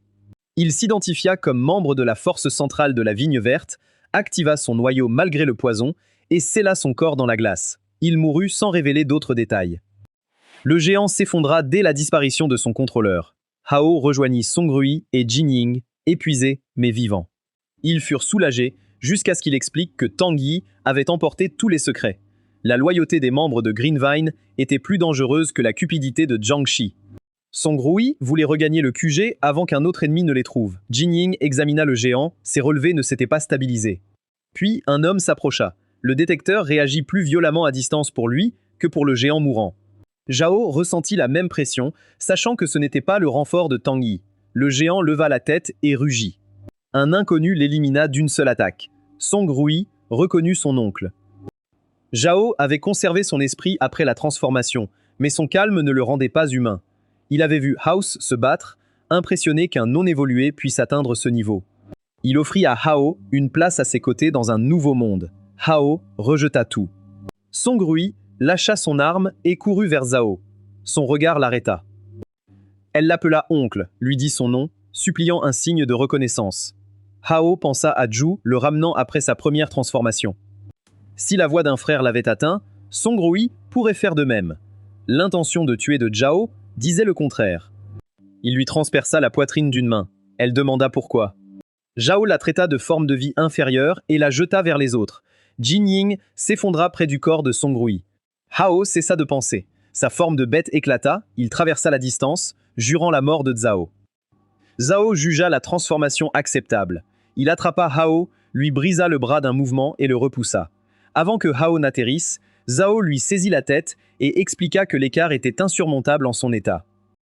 La rage avait donné plus de pouvoir à Hao, mais lui avait ôté le jugement. Zhao le projeta au sol et lui conseilla de s'entraîner. Un rugissement traversa le ciel. Un dragon géant descendit vers la vallée, Zhu sur son dos. Ses ailes repoussèrent Zhao de Hao et projetèrent des pierres. L'une frappa Jin Ying. Le dragon atterrit entre les deux hommes. Hao, trop blessé et à moitié transformé, ne comprit pas qui était là. Zhao, si. Il loua le contrôle de Zhu, la désignant comme l'être qu'il avait suivi via une marque spirituelle. Son talent la qualifiait pour le même nouveau monde offert à Hao. Zhu lui ordonna de ne plus les comparer. Zhao la compara au dispositif humain servant à contrôler les monstres. Son pouvoir était réel, bien que loin du sien. Derrière les rochers, Jiang Jin observait la confrontation. Un dispositif d'absorption de vigne verte, amélioré, fusionné à son torse. Le système le protégeait mieux de la brume rouge que les anciennes capsules, mais mettait son corps à rude épreuve. Il voulait que Zhao et Zhu s'affaiblissent pour prendre les restes du géant et enfin atteindre une classe. Pendant qu'il parlait, Zhang Jin se glissa vers le cadavre et l'absorba. Zhao dit à Zhu que son attachement aux humains était puéril. Le pouvoir lui montrerait sa différence avec les gens qu'elle connaissait. Puis il partit. Zhu courut vers Hao, s'excusant de son retard. Elle était restée à l'écart, craignant qu'il ne déteste sa transformation. Elle craignait de perdre le contrôle et de le blesser. Elle lui toucha le visage et lui demanda de l'oublier. Avant de partir, Zhu s'approcha du géant et trouva Zhang Jin drainant son pouvoir. Il la railla d'interférer si près d'une classe, puis se tourna vers Hao pour l'achever. Zhu repoussa Zhang Jin d'un coup de pied, le plaqua au sol et l'avertit que travailler pour Greenvine était la seule raison de sa survie. S'il touchait son frère, elle le déchirerait. Elle retira le noyau du géant et le plaça dans la main de Hao. Zhu monta sur le dragon, jeta un dernier regard et s'envola avec ses subordonnés. Hao se réveilla dans un lit médicalisé, l'appelant. Jin Ying était près de lui, en pleurs. Hao plaisanta sur l'hôpital, sa seconde maison. Mais le souvenir de Song Rui effaça son sourire. Jin Ying ne put répondre. Song Rui était parti. Son corps, sans vie, gisait au QG. Zhao avait détruit le cœur. La médecine était impuissante. Song Liang, près de sa fille, ne montrait sa douleur que par ses mains serrées. Yang Xing suggéra une option folle, le noyau du dragon vert. Jin Hanshan expliqua qu'il pourrait relancer le corps de Song Rui. La ranimer était possible, mais donner un corps au monstre, bien plus probable. Liang accepta les conséquences et ordonna la greffe. Les chercheurs placèrent le noyau là où était le cœur de Song Rui. Même prête, Hanshin offrit une dernière chance d'arrêter. Liang l'activa. Dans sa conscience renaissante, Song Rui ne ressentit que froid et confusion. Puis le dragon vert apparut, aspirant une brume rouge. C'est ainsi qu'il détruisit son ancien corps. Maintenant, il voulait le sien. Une énergie jaillit du toit du QG. Song Rui se leva, transformé. Hanshin conclut que son esprit n'était pas revenu. Elle tira des éclairs sur le laboratoire. Liang dispersa l'attaque d'une main, retira sa cape et tira son épée. Il ordonna à Yang Xing de protéger les chercheurs et interdit toute interférence. Song Rui était sa fille. Si l'expérience l'avait transformé en monstre, il en assumerait personnellement les conséquences. Hao et Jinying arrivèrent pendant que Liang la combattait. La nouvelle forme de Song Rui ressemblait à Zhao, et elle les attaqua dès qu'elle les remarqua. Liang ordonna aux deux recrues de s'éloigner. Il para les attaques de sa fille, traversa les éclairs qui l'entouraient et jeta son épée. Un éclair le frappa directement. Liang l'ignora, toucha le visage de Song Rui et lui dit qu'il l'avait enfin trouvé. Tout allait bien. Le Bansu qui avait soigné Hao brisa le contrôle du dragon vert. Song Rui redevint humaine.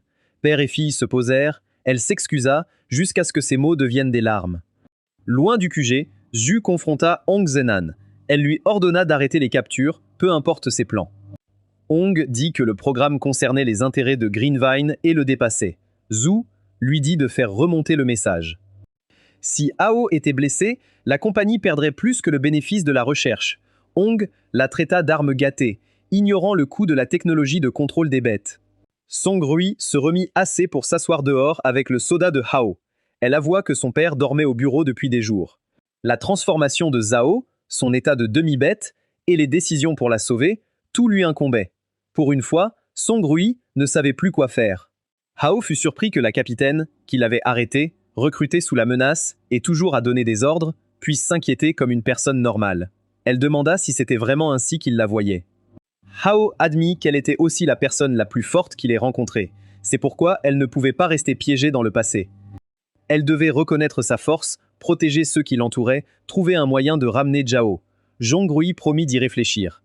Une semaine plus tard, tous les officiers disponibles furent convoqués à une réunion d'urgence.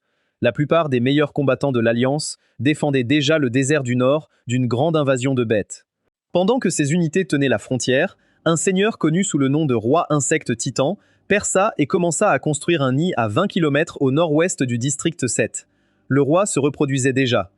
Si la première grande couvée d'œufs éclosait, les districts environnants feraient face à un essaim avant que la ligne défensive ne puisse se retourner. La force d'élite de Sang Brûlant avait besoin d'au moins 48 heures pour arriver. Zongliang demanda qui contiendrait le nid jusque-là. Le silence se fit dans la pièce. Yongqing se porta volontaire en premier. Hao se leva immédiatement après. Affronter les monstres les plus puissants était le seul moyen fiable de renforcer son cristal. Les autres le reconnaissaient comme la recrue ayant survécu à plusieurs batailles de seigneurs. Yangqing a soutenu que le QG était plus dangereux et qu'il fallait y garder un capitaine. Liang accepta et appela Hao dans son bureau. L'état de Song Rui l'empêchait de commander. Liang nomma Hao chef de l'escouade spéciale avec Jinying et Yeonji. Il lui accorda l'accès aux renseignements et dit à Hao de ramener tout le monde vivant. Jinying demanda si elle devait l'appeler capitaine. Hao lui demanda de ne pas faire du titre une insulte. Yeonji arriva avec le patrouilleur, niveau D après leur entraînement. Hao félicita son ancien partenaire, puis dit à tous d'utiliser les mêmes noms et grades qu'avant. Le commandement ne devait pas rendre chaque conversation étrange. Jinying demanda s'ils attendaient Song Rui. Hao dit qu'elle avait besoin de temps pour se retrouver. L'escouade atteignit le parking et trouva Song Rui qui les attendait près de la voiture. Son accréditation avait été rétablie. Elle avait aussi décidé que douter d'elle-même n'aiderait personne, alors elle rejoignait l'équipe. Hao traita l'ancienne capitaine de recrue et lui assigna la conduite. Le patrouilleur tenta de se porter volontaire. Personne ne l'écouta. Song Rui enfonça l'accélérateur, ce qui expliqua vite pourquoi le patrouilleur était inquiet. À la base de Greenvine, Hong convoqua Qianmian pour une mission séparée. Le titan libérait des tissus cristallisés en pondant des œufs, et ces échantillons étaient essentiels au projet de noyau artificiel de Greenvine. L'armée ne les livrerait jamais. Tianmian devait s'infiltrer pendant la bataille, voler le tissu et partir sans exposer Greenvine. Hong le choisit car l'infiltration était sa spécialité et Tang Yi ne reviendrait pas. L'escouade House arrêta son véhicule blindé au bord de la forêt du Nord-Ouest. Le brouillard devant eux signalait la présence de tant de monstres que s'enfoncer plus loin annoncerait leur position sans améliorer la visibilité. Ils continuèrent à pied et restèrent en vue les uns des autres. Le patrouilleur n'était pas ravi de marcher 20 km dans un brouillard si épais qu'il cachait ses propres pieds. Yeonji fit remarquer qu'être coincé serait pire. Hao sentit un mouvement et arrêta tout le monde. Quelque chose passa au-dessus et atterrit. Le brouillard se leva, révélant un coléoptère géant. Song Rui réalisa que l'insecte avait absorbé la brume rouge pour créer un terrain de chasse privé que les monstres faibles évitaient. Jin Ying le classait seigneur. La créature gardait sûrement le roi. Hao ordonna l'attaque maximale avant qu'elle n'invoque. Jin Ying lança la bénédiction de tempête sur l'équipe. Yeonji encaissa la première charge du coléoptère avec fortification, les autres tirant. La foudre de Song Rui frappa sa tête. Hao profita de la diversion pour attaquer ses points faibles. Il s'écroula. Un patrouilleur n'en revenait pas d'avoir tué un géant si vite. Hao, trouvant la victoire suspecte, arrêta Jin Ying avant l'examen. Quelque chose bougeait à l'intérieur. Une chenille sortit de la carapace et déploya des ailes à motifs. Song Rui reconnut une attaque psychique. Hao avertit tout le monde de ne pas regarder, mais il ouvrit les yeux pour continuer le combat et perdit connaissance aussitôt. Sa forme de bête l'attendait dans l'illusion. Song Rui trouva Zhao. Jin Ying tenta d'étudier des diagrammes qui disparaissaient dès qu'elle en comprenait une partie. En réalité, tous trois restaient immobiles, les yeux fermés. Yeonji se rétablit le premier, comme si quelque chose l'avait frappé à la tête. Le patrouilleur se réveilla en entendant une illusion de Hao le traitant d'inutile juste après sa promotion. Ils se demandèrent pourquoi les plus forts restaient piégés. Yeonji comprit la raison. Plus l'obsession et les défenses mentales d'une personne étaient profondes, plus la chenille avait de matière à attaquer. Leurs esprits étaient apparemment trop simples pour être retenus longtemps. Le patrouilleur contacta le QG pour un soutien psychique pendant que Yeonji défendait l'équipe inconsciente. La chenille tira des sphères d'énergie et il éloigna Hao de l'impact plutôt que de risquer un échange direct. Dans l'illusion, l'essence bestiale montra à Hao sa forme réprimée. Elle lui offrait la liberté, sans contrôle, douleur ni faiblesse. S'il acceptait le pouvoir comme Zhao, il trouverait Zhu et ferait ce qu'il voulait. La copie connaissait toutes ses capacités. Il bloquait ses attaques, usait de furtivité, apparaissait derrière lui, évitait son poison. Hao souligna la contradiction. Une version parfaite de sa forme bestiale ne devrait pas craindre ses propres capacités. L'essence, furieuse, attaqua imprudemment. Hao la repoussa et rejeta l'offre. Il voulait la force pour trouver Shu et empêcher d'autres de souffrir comme sa famille. Perdre la raison humaine de cette force annulerait tout. Il détruisit la copie. Song Rui affronta la puissance de Zhao dans son illusion. Il rejeta ses convictions, insignifiantes car d'une faible. Cette fois, elle ne ressentait pas que la peur. Song Rui l'attaqua avec la foudre, le traitant de traître à l'oncle qu'elle connaissait. Elle promit de devenir plus forte, le vaincre et le ramener. Son illusion se brisa. Hao et Song Rui ne se réveillèrent pas. L'attaque psychique avait séparé leur conscience de leur corps. Seule une aide extérieure pouvait les reconnecter. Le faux monde se fissura quand la voix de Jin Ying les atteignit. Réveillée à temps, elle utilisa l'énergie accumulée et immobilisa le ver à soie. Hao et Song Rui traversèrent les fissures. Les ailes à motifs étaient la source de l'attaque. Jin Ying utilisa la dispersion et Song Rui tira sur la structure exposée avant que la créature ne les piège. Le ver à soie mort, Hao absorba son noyau et resta inconscient, le patrouilleur décrivant cela comme le capitaine Yan progressant. Hao se réveilla avec une nouvelle perception et fit arrêter le véhicule. Il sentit quelqu'un à 200 mètres à droite. Une demi-bête consciente descendit d'un arbre. Il se nomma Bec de Sang, disciple de Zhao. Il voulait éloigner l'armée de son cocon. Bec de Sang attaqua, moquant Hao qui esquivait. Hao lui saisit le bras, le projeta, puis, furtif, lui donna un coup de poing à la mâchoire. La demi-bête était intéressante, mais pas assez forte pour arrêter l'escouade. Caché, Qian Mian estima que Hao approchait déjà du ver de mer. Il partit rapporter à Hong, Hao finissant le combat. Le patrouilleur salua la victoire. Hao ordonna d'attacher Bec de Sang et de le mettre dans le coffre. Ce n'était pas un véhicule pour prisonniers. Il était disponible. L'escouade atteignit le cratère du Titan, rempli d'œufs, d'insectes volants, de rampants et de gardes transférant de l'énergie au roi. Song Rui avertit qu'un délai rendrait l'essaim incontrôlable. Hao établit un plan. Song Rui utiliserait une impulsion électromagnétique pour la ponte. Jin Ying contrôlerait les insectes volants. Yeonji tiendrait la ligne au sol. L'escouade changerait de position avant l'encerclement. Song Rui tira sur le roi. Il hurla et invoqua tout du cratère. Le vent de Jinying empêcha l'essaim aérien de se refermer. Le bouclier de Yeonji intercepta un rayon d'énergie. Hao redirigea l'attaque vers les créatures terrestres. Après chaque échange, Hao déplaçait l'escouade, forçant l'essaim à se réorganiser. Ils répétèrent le processus pendant 2 heures. À la 3e intervention majeure, Jinying demanda quand le soutien arriverait. Le quartier général promit que l'avant-garde était proche. Puis, le roi arrêta de pondre et entra lui-même dans le combat. L'essaim se referma sur l'escouade épuisée, tandis que le titan se déplaçait au-dessus d'eux.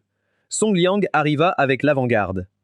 Sa capacité spatiale de classe S dispersa les insectes et déplaça des sections du champ de bataille loin de l'équipe. Hao comprit enfin pourquoi le pouvoir de Liang était devenu légendaire. Les renforts contenaient l'essaim pendant que Liang attaquait le roi. Song Rui vit son père préparer une autre frappe spatiale, craignant que son corps ne tienne pas sitôt après leur combat. L'attaque engloutit le titan. Liang atterrit mal. Yongxing courut vers lui, mais Liang assura qu'il allait bien. Le but de la frappe était de créer une barrière spatiale autour du roi. Elle tiendrait moins d'1 heure. Assez de temps pour la force principale. Un hélicoptère atterrit près du cratère. Tous attendaient des renforts. Hong Zhenan sortit, remerciant Sang Brûlant d'avoir affaibli le roi. Son plan était d'attirer le titan à la frontière, laisser l'armée le combattre, puis récupérer œufs et tissus. Le matériau produirait un remède contre la corrosion du brouillard rouge, permettant à Vigne Verte de fabriquer des soldats aux capacités choisies. Jinying demanda comment ce bénéfice justifiait d'exposer des quartiers à l'essaim. Hong jugeait les pertes minimes face à la technologie. Sa proposition officielle fut rejetée, trop dangereuse. Il continua sans permission. Puis il retira la capuche de la personne à ses côtés, Zhu. Hong lui a dit que l'armée avait envoyé Hao mourir face à une menace de niveau S. Pour sauver son frère, elle a accepté de coopérer. Zhu tendit la main vers le titan. Le roi frappa la barrière de Liang, son essaim répondit à son ordre. Hao tenta de l'atteindre, mais les combattants de Hong le bloquèrent. L'esprit de Zhu fusionna avec le noyau du titan. La barrière céda. Hong invita tout le monde à voir le roi insecte se libérer, l'essaim attaquant de partout. Hao demanda à Liang une brèche dans la formation. Il devait atteindre le roi et réveiller Zhu via la connexion. Song Rui et Jinying l'attrapèrent, l'avertissant que c'était un vœu de mort. Hao les repoussa. Zhu était sa sœur, et si quelqu'un pouvait l'atteindre, c'était lui. Liang lut la réponse sur son visage et ordonna à tous les combattants de le couvrir.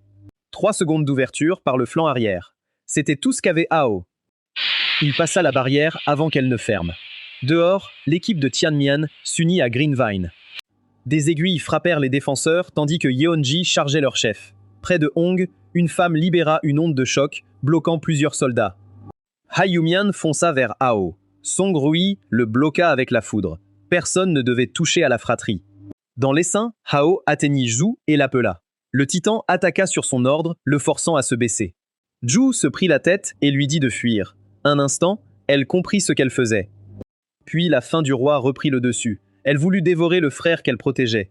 Hao refusa de l'abandonner. Il vit une ouverture dans le torse du titan et comprit que le noyau de la bête liait l'esprit de Zhu au monstre. Briser ce lien était sa seule option. Hao chargea.